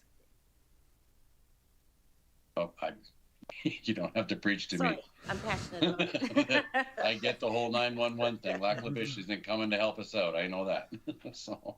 Thank you. Thank you. Thank you, Councillor Ball. That's how I feel some days too, Patricia, so it's okay. Councillor Weidel? Thank you, Mr. Mayor. Through the chair, thank you for the presentation, and I do appreciate your passion for this community and for the services. It's awesome. You said in option 2 that the amount that we pay over the term would actually grow. Can you explain that? Through the chair to Councillor Weigel, yes, that is correct. So currently with the terms and conditions for finances, there is a cap on what they call the CPI. So they are we able to there is an offer to cap at 3%, which of course doesn't correlate with current inflation and cost of living and such. Right. Yeah. If I can add, we've over the course of the last 5 years, we've experienced this right within our own region. I'll maybe go to 2017 where it was about 200,000 and today it's over 2 million. Right. And that is subject to the provincial government keeping up with costs, labor costs and such. And without, I guess, with the end of this agreement, although as to Councillor Ball's point, we're in a bit of a pickle, it's also I see as an opportunity to rectify and make things right. The previous agreement was 9 years. We're hopeful to have more of a partnership type of language where we could have some cost certainties in the next agreement. Okay. And I guess my last question is, you gave us 3 options, but you didn't give us a recommendation. Taking option 3 entirely off, I want to assume that option 1 is the direction that the fire department would like to go, and for EMS, administration would like to go with EMS services. Through the chair to Councillor Weigel, that is correct. Option 1. Okay, thank you. I'll support that. Thank you, Councillor Weigel. Councillor Dogar. Thank you, Mr. Mayor. Madam, excellent presentation. Lot of information and lot of confidence displayed. Maybe your chief was here, you were very confident he'll take you out. And surely you will become a good chief in your own turn. I wish. My question is, what is the option you recommend? The option you have given, they're quite elaborate and they're quite informative. Which option do you recommend? Okay. Through the chair to Councillor Dogar, option 1, please. It seems to be difficult for me, We need immediate treatment sometime. Some lives are at risk, and if it is locally under regional municipality of Wood Buffalo, then probably it is better. Anyhow, thank you very much. Thank you. Thank you, Councillor Dogar. Councillor Stroud. Thank you, Mayor Bowman, and thank you for the presentation. Are you aware if Alberta Health Services has signed an agreement with any of the other integrated departments within Alberta, such as Red Deer and Lethbridge? Through the chair to Councillor Stroud, there's no agreement signed at this time with any other of the integrated 7 services.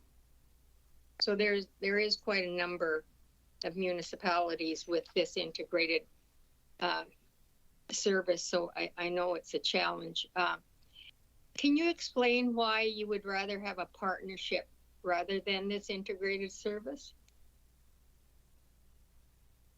Through the chair to Councillor Stroud, I would prefer to have a partnership using our integrated service. Okay. And you said that there's new funding from AHS. Is there any indication that money will be coming to the municipality? What did you say, 101 million or? Through the chair to Councillor Stroud, over the last 8 years, it was 108 million that was infused, and then with a commitment for the next 3 years, 196 million. And currently to date, nothing has been allocated to our region. So there's been no indication. Okay. Well, I just think that we have to keep, working with Alberta Health Services to move this forward. Thank you. Thank you, Councillor Stroud. Councillor Benjoko.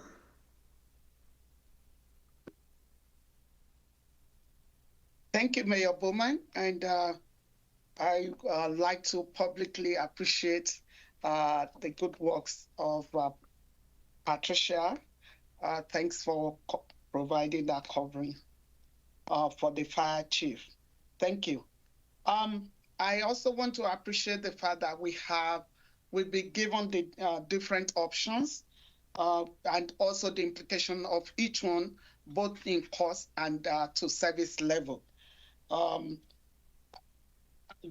would just like one of my colleagues said, it's almost completely clear that option one will be the way to go. Because we need to maintain this current service level or to even make it better. However, the way AHS has treated this, I don't think is the right way.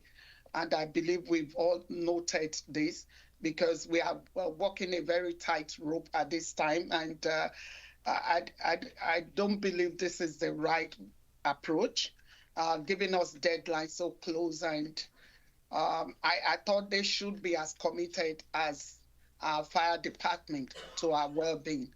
But that hasn't really clearly been demonstrated in this case. And we can all hear and see what's going on. And definitely, I would be saying that option one is the way that I would like to see us go, so that we protect residents, especially given our special and unique way. Councilor Brajoka, sorry, do you have a question right now? Just for questions, we have debate and questions. Comments later. Oh, okay. No questions at the moment then. Okay, thank you. Councillor Walkman? Thank you, Mr. Mayor. Thanks for the presentation. That was an excellent presentation to us. The question I have, well, option one is the most significant one I think would actually fit here. But you were saying that no contract as of October 1st, or September 30th, does that have an impact on the emergency services that we'd have here within the calls, within the time frames of the action that needs to be taken? Through the chair to Council Walkman, we will continue to provide EMS services. We will always respond to the call. The consideration, though, come October 1st, if we don't have a contract, is the legal piece under the ground ambulance agreement that states that the health authority is responsible and that to provide, we have to have a contract in order to provide that care.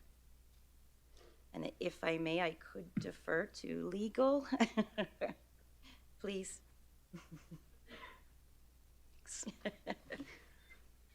I'll just fill some airtime there. Through the chair to Councillor Walkman, operationally should be no change come October 1st.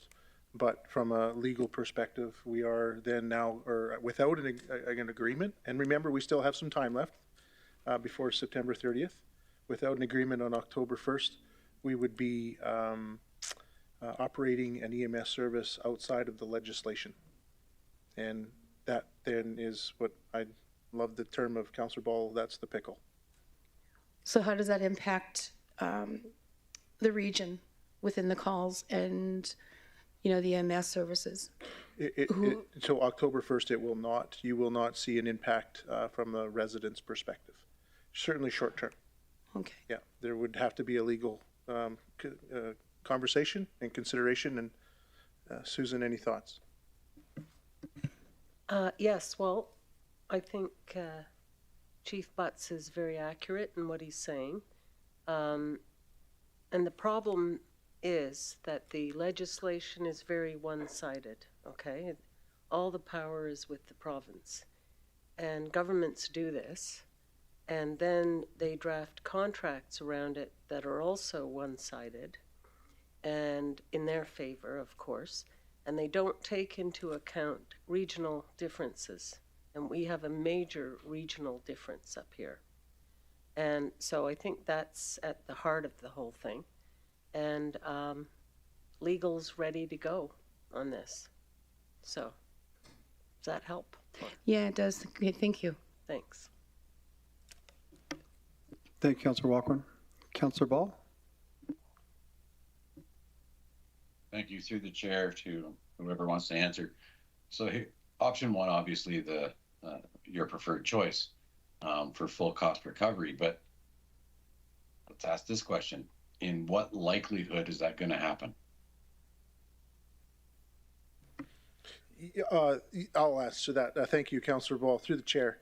I think that our reality of, working, I guess, having a partner with the Alberta government on cost recovery, cost assurances, there's probably going to be some lag time, and I think I believe it's important that we take these opportunities, such as a new agreement, to recognize and some of those costs.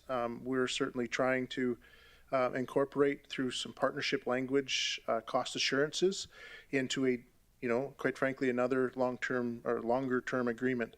But the reality is there going to be subsidized, the municipality subsidizing that service? I would suspect that there's probably going to be an element of that throughout.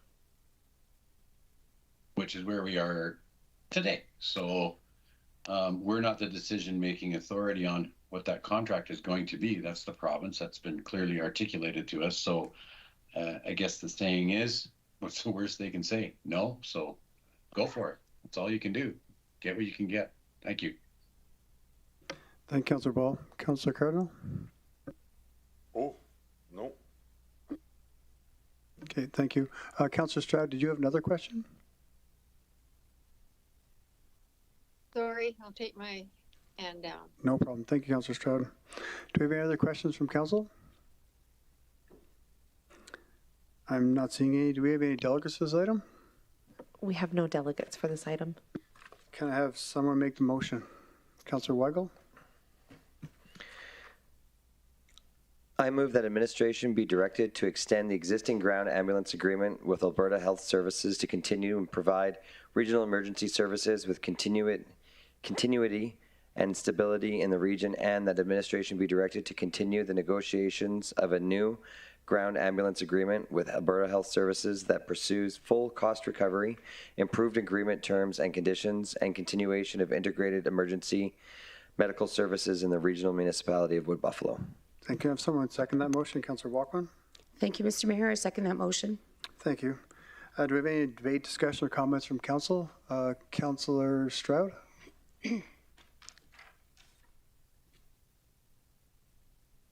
Sorry, I thought I put my hand down. Oh, okay, no problem. Councillor Grandison?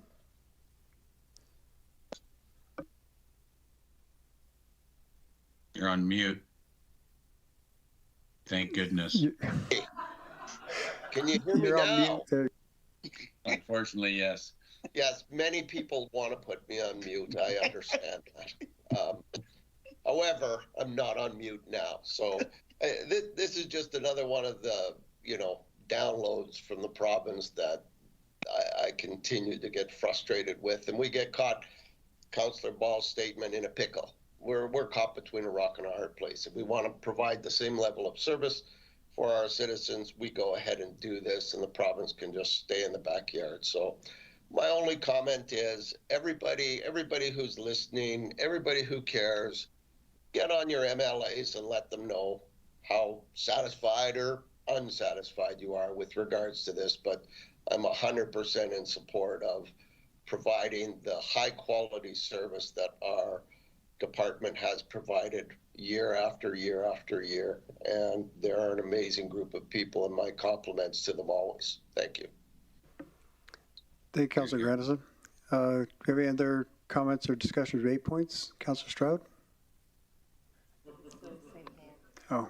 I'm sorry, Mayor Bowman. I'm running out of power. I've just tried to hand down. Okay, thank you. Do we have any other questions or comments or debate points from council? Councillor Benjoko? Thank you, Mr. Mayor. Thank you, Mr. Mayor. I think I made my point at the wrong time. Just to say that the way we've been treated by AHS is not good in this regard, pushing us to the last moment, and they delayed the response from September 19th and got back to fire department on the 26th, knowing that we have just days to go.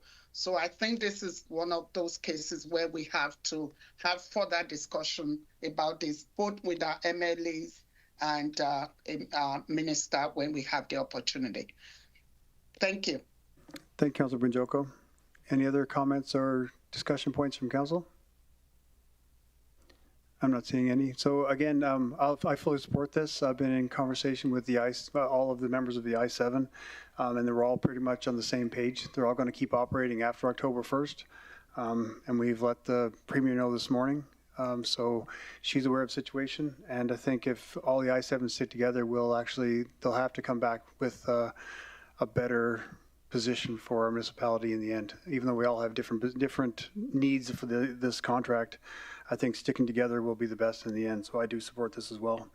And if there's no other discussion points or anything, I'll call for a vote. All in favor?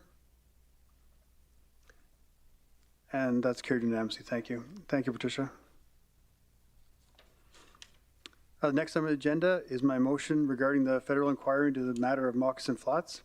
I'll now vacate the chair and ask Councillor Walkman to take over the chair of this meeting.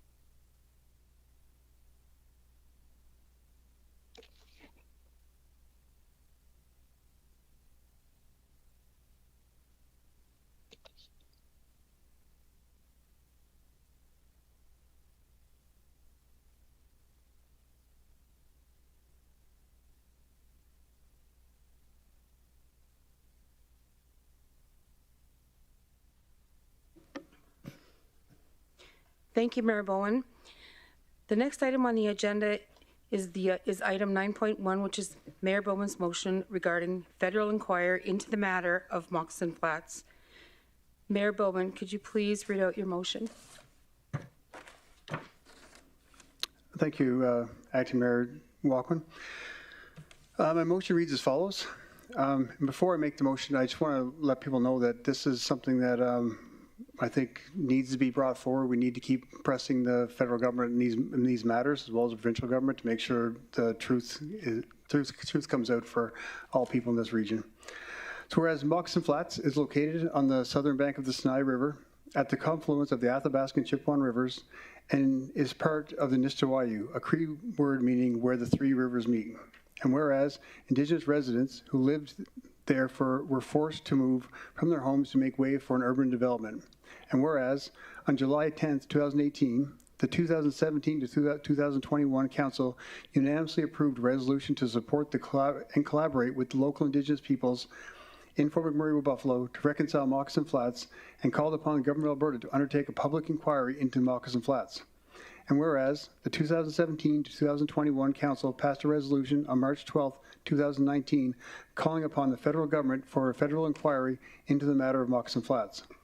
And whereas letters were sent from this municipality to the federal government in 2019 calling for a federal inquiry into Moccasin Flats, and to date no responses have been received. And whereas Council's 2021 to 2025 strategic plan includes a commitment to advance the municipality's response to the Truth and Reconciliation Commission calls to action, and a commitment to commemorating, documenting, and raising awareness to ensure significant events impacting relationships with Indigenous peoples are recognized, remembered, and honored. Therefore, it may be resolved that the Regional Municipality of Buffalo recommit to the resolution of Council in 2019 and call upon the federal government for a federal inquiry into the matter of Moccasin Flats, and that the Mayor be authorized on behalf of Council to send a letter to the federal government in support of this request. Thank you. Can I have someone second that motion? Councillor Cardinal? I second the motion. Thank you.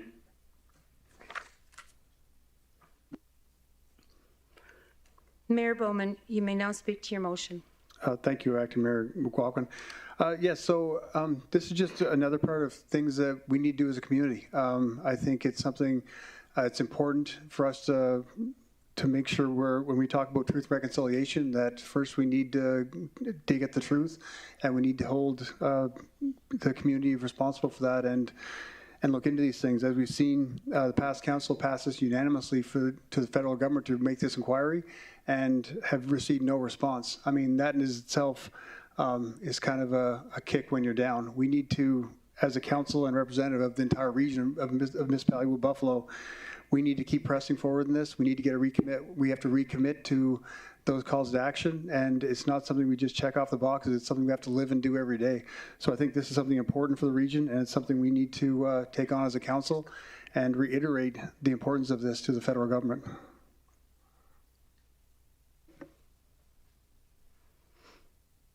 Thank you, Mayor Bowman. Understanding we may have members of the public who wish to speak to this item, we will now move on to delegates. Do we have any delegates for this item? Thank you, Acting Mayor. We do have a registered delegate. Mr. John Malcolm's with us this evening. Thank you. We will begin with John Malcolm. I'll ask you to come forward to the presenter's desk.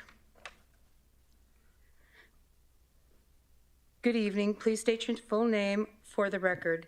As a reminder, you have 5 minutes to speak to this item. Following your submission, please remain seated for questions from council. My understanding is that Mr. Malcolm has a video he would like to share as part of his submission tonight. Are there any concerns with this from council?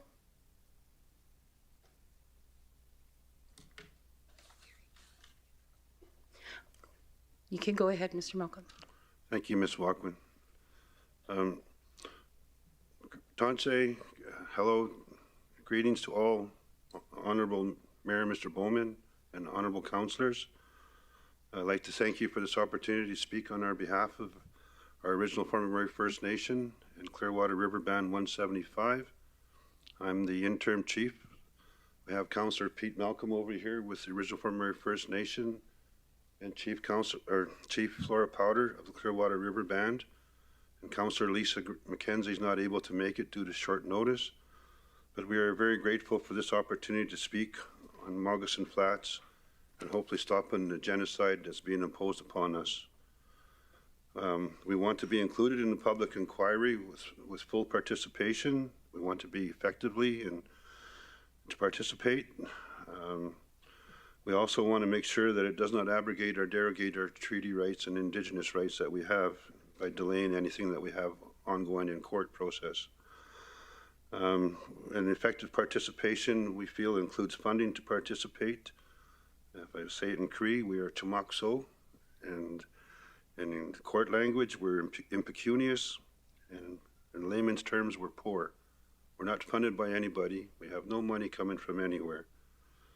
In the spirit of reconciliation, and we are the descendants of the original Fort McMurray First Nation and original inhabitants of Fort McMurray, we invite you to our Moccasin Flats Circle of Life blessing on Saturday, Reconciliation Day at Moccasin Flats, McDonald Drive, Fort McMurray at 1 o'clock. It's in honor of the original inhabitants of Fort McMurray, and it's a sacred site on the confluences of the mighty Athabasca River and the historical Clearwater River. We invite you all to attend, and want to ask you to stop the genocide, and we have a path, an olive branch that we hope to play for you with this video, a path for us to work forward together. Thank you.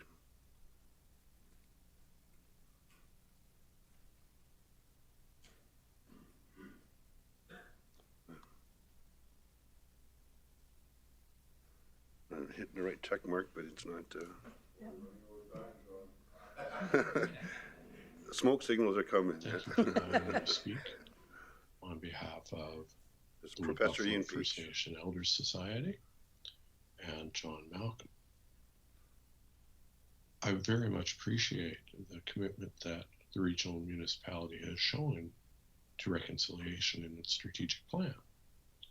But reconciliation has to extend to all Indigenous peoples in your territory.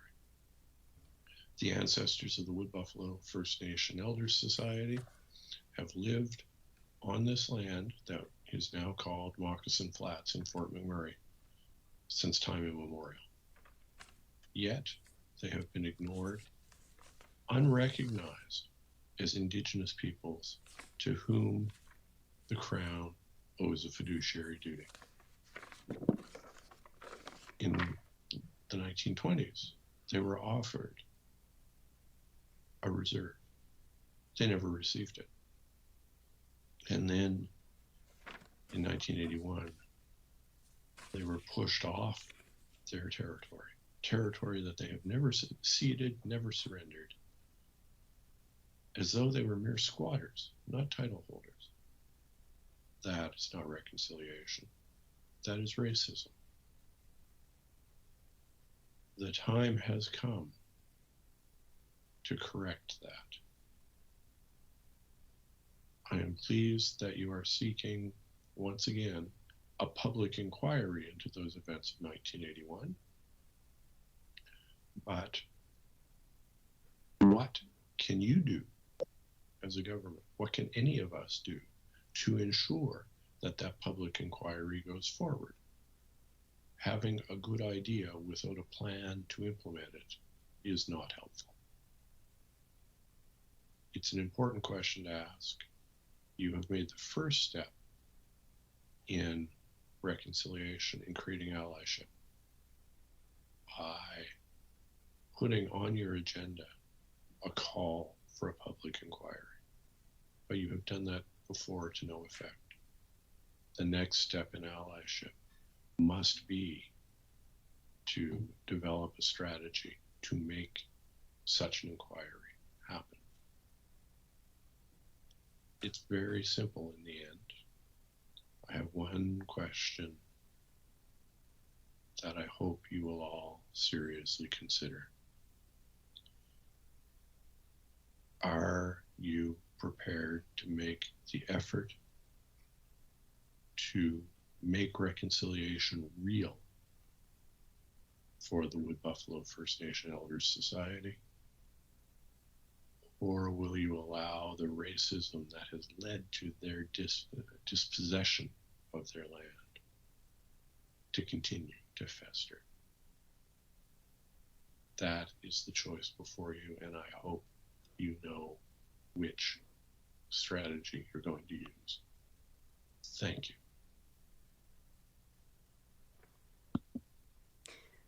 Thank you, and please remain seated. Are there any questions of council for this delegate? Mayor Bowman?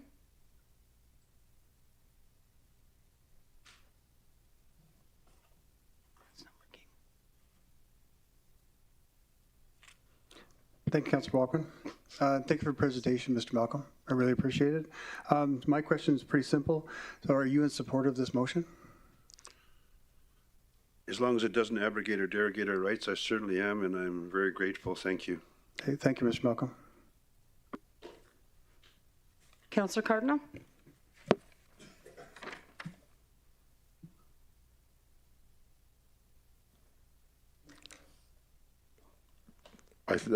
I don't really, I just wanted to say, John, I really appreciate your resiliency, man, and always pushing for your people. I can't say more about how honored I am to be hearing the things that you've been saying, and I've been listening, and I really appreciate that. I just wanted to say that. Thanks. Thank you, sir. Councillor Dogar? Thank you, madam, giving me the chance. Thank you, John, for coming, and really you are a source of inspiration for me, at least, the way you are struggling for the last 2 years. You gave me the honor to meet me and convinced me with your point of view. I'm also following your emails also, try to follow. The amount of determination and the courage you showed to struggle for you, I really appreciate it. And I thank Mr. Mayor to responding. I conveyed your feelings to Mr. Mayor, and now he's responding and made a motion and hope it should be some success. You will get it. Okay. I want to ask you the question: how long you have taken to keep your struggle going? Over 30 years, sir. Here's a picture of our elders that we had 2007 taken at the Sawridge Hotel. There was close to 80 of them. There's only about 5 are left alive now. I've let all these people down. They have, we're still struggling. We have nothing for them to offer to them. Just pray to them, and that's all. But I've been doing it for 30 years, and it sure be nice to be recognized or to be accepted as part of the community. It's a shame that we're not. We've been here since we saw. Thank you very much. As a young boy, you must have been doing it. 30 years. Okay, that's it. Yeah. I'm 60 years old now. Councillor Stroud? Thank you, Councillor Walkwin. And thank you, John, for your presentation, and Mayor Bowman for bringing this motion forward to collaborate with the federal government in regards to Moccasin Flats. I just hope we can move forward and get some results this time. Thank you. Thank you, Councillor Stroud. Councillor Cardinal? Thanks, Acting Mayor Walkwin. Do you believe that we could get to where we want to be through the federal government, John? I do believe with the willpower and perseverance that I have, and happy to share it with the Mayor and Council to address this issue, let them know it's a very serious issue, and it's time for reconciliation. It's time to basically treat us as any other Indigenous folk in the community. We just want to be treated equally, and we're always willing to work with the legal department on different strategies, like our Wood Buffalo First Nation Elder Society, as an avenue to work with them until we're recognized. The Canadian Environmental Assessment Agency recognizes the original Fort McMurray First Nation and the Clearwater River Band as Indigenous groups in the area that need to be consulted with by Suncor and federal matters. So, we got our foot in the door. It's just a matter of getting the support from the Mayor and Council and community. Once we get that, we can get the support from maybe the Indigenous communities that are afraid to support us right now. How many, has any other letters, am I off topic here? I guess, I know that we're, Mayor's read the motion, and I guess, am I to be asked or answering any more questions? Is that okay? Yeah.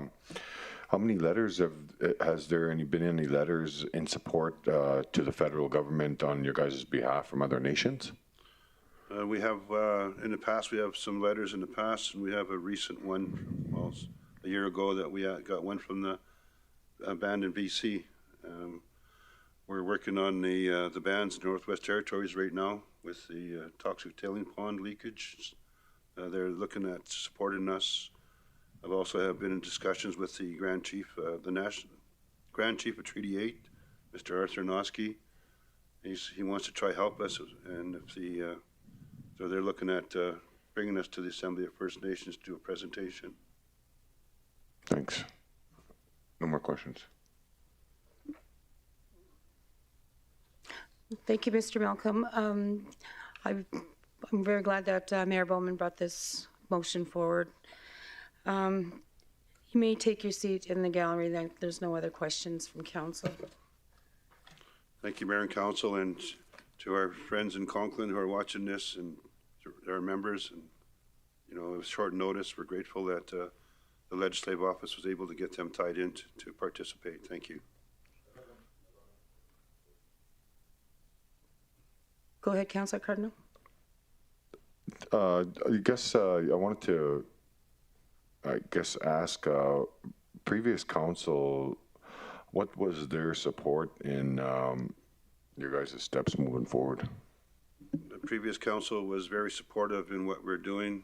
They were willing to sign a protocol agreement with us and apologize. The Honorable Mayor Don Scott and the council members were in the process of getting all that accomplished until the election came.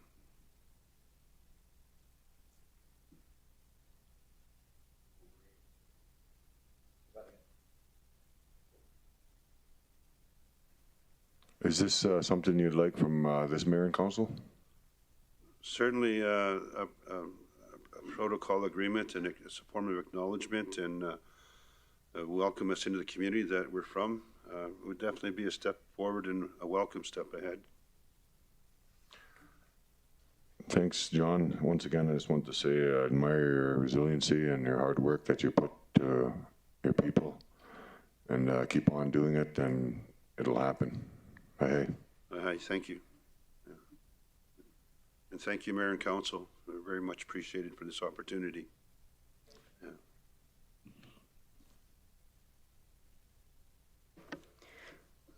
We will now move on to questions of council and debate.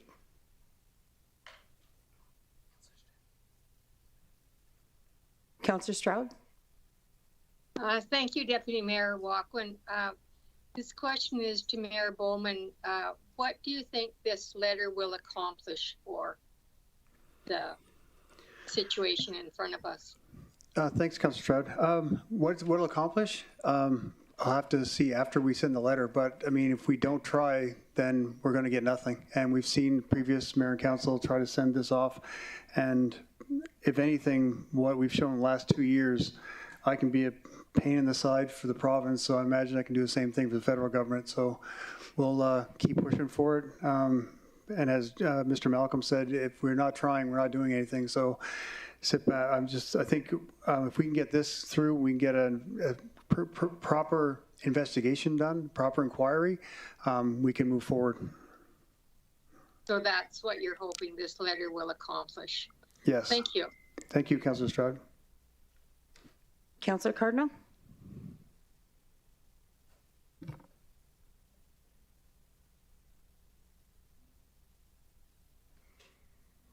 Thank you, Acting Mayor Walkwin. To Mayor, to the chair. Do we have a letter previous? Is there a draft letter? I don't believe that any circulated. No letter has ever been, because there's talks of the letter. Give me power. Oh, sorry, Mayor Bowen. Thank you. Thank you, Councillor Cardinal. No, we have letters that were sent from the previous mayor and council, but now we'll have to draft our own. This motion will allow me to put a letter together, and I'll distribute it to council for everyone's approval before we send it out. In conjunction with the IRR department, of course. Okay, that's kind of what I was going to ask, because is council going to have some sort of inserts there at all, or is it just going to be IRR, or because? No, we'll get the letter drafted, then we'll circulate it to council for your input, and then we'll working with IRR, we'll send it out then. Because I just feel that some council members might have a little more of an in-depth, not decision, but analysis or addition that they'd want to put in there, including myself. I really appreciate something like that. Yeah, we'll definitely engage everyone. Especially for something that has to deal with Indigenous community being, ostracized. Absolutely. Councillor Banjoko.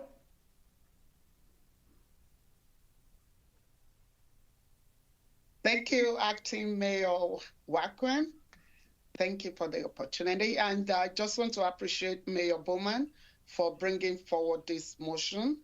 And I just reiterate the comments about Mr. John for your resiliency and persistence, the work that you are doing for your community. We also hear you and we say you. Thank you so much. And I believe with Mayor Bowman's efforts and our collective support, something would have to happen. Thank you. Thank you, Councillor Dogar. Thank you, Madam. Surely, we are trying to help John and for his struggle, inspired from his struggle. We should also draft a letter or invite our MP, Leila Godrej, also personal letter to her from the council. So at the federal level at Ottawa, she is the best person to help John and group. Thank you. Thank you, Councillor Dogar. Councillor Cardinal. Thank you to the chair. What's our overall end goal with this inquiry? I think, like I said earlier, don't think we know what the end goal is going to be until we get some kind of response back from federal government. No response is no response from the last letters, so I think we need to start saying this and start pushing them to get an inquiry. And I think after the inquiry, we can look at what the results of that will be. I guess my next question would be, what nations and indigenous communities were part of the Moccasin Flats, just for the record? I don't know that, but I know previous to this, when we, after we made the motion 2 weeks ago, I did contact Dennis at IRR to contact all the Indigenous communities in RMWB, all the First Nations and the Métis, to let them know we were doing this and to ask for letters of support if they would support it. I have 3 letters of support with me right now. I have one on me today from Athabasca Tribal Council.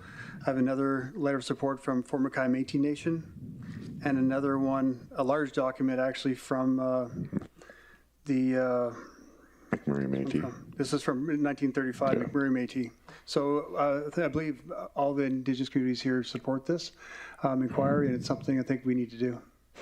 Yeah, the reason why I was asking that, Mayor, is just because I'd like, publicly to have, of course, you reach out and have them all write a letter, and it'll make things a lot better for Moccasin Flats and what happened there. Yeah, thank you, Councillor Cardinal. Thanks. Are there any further questions of council followed by debate points?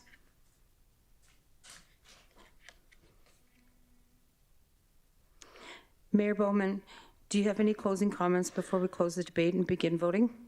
I think I said mostly everything during questions here, but I think my biggest thing is I'd like to see council's full support on this. I think it's something important. I think when we look at the calls to action, we can't look at that as boxes we need to check. I think it's something we have to do ongoing on a daily basis. And as council that represent the municipality, just keep working forward for the community. Thank you, Mayor Bowman. I will now call for the vote. All in favor, please raise your hands. Opposed? Carried unanimously.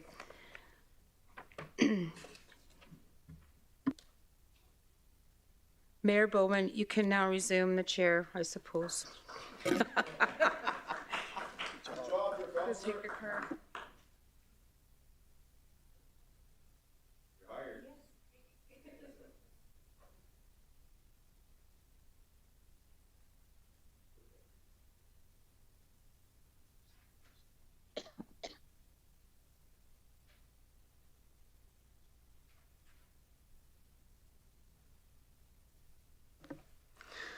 Thank you everyone for participating in this evening's meeting. I mentioned this at the beginning of the council meeting, but we were kind of rushing around a bit. But just wanted to thank Bob Campbell and his family for joining us today at the new Bob Campbell Field down at Shell Place. It was great to see so many people from the community and community members show up for this, and thank Councillor Boussier for showing up today and his support. It was an excellent ceremony. Recognizing a long-standing member of the community, and I think as we move forward, it's great to see things like this. And one of the comments you made is we stand on the shoulders of giants, and he's one of those people in our community. And I'm just really happy with the people that showed up. His family, I think it's 7 grandkids there today, all showed up to celebrate. So I just want to make a shout out to the Campbell family and thank them all for everything they do. So that's today's meeting today, everyone. Marcy Cho, Ken Wisconsin, thank you. And that closes our public business for this evening. And if we could take a brief recess for us to clean up the chambers and for in camera.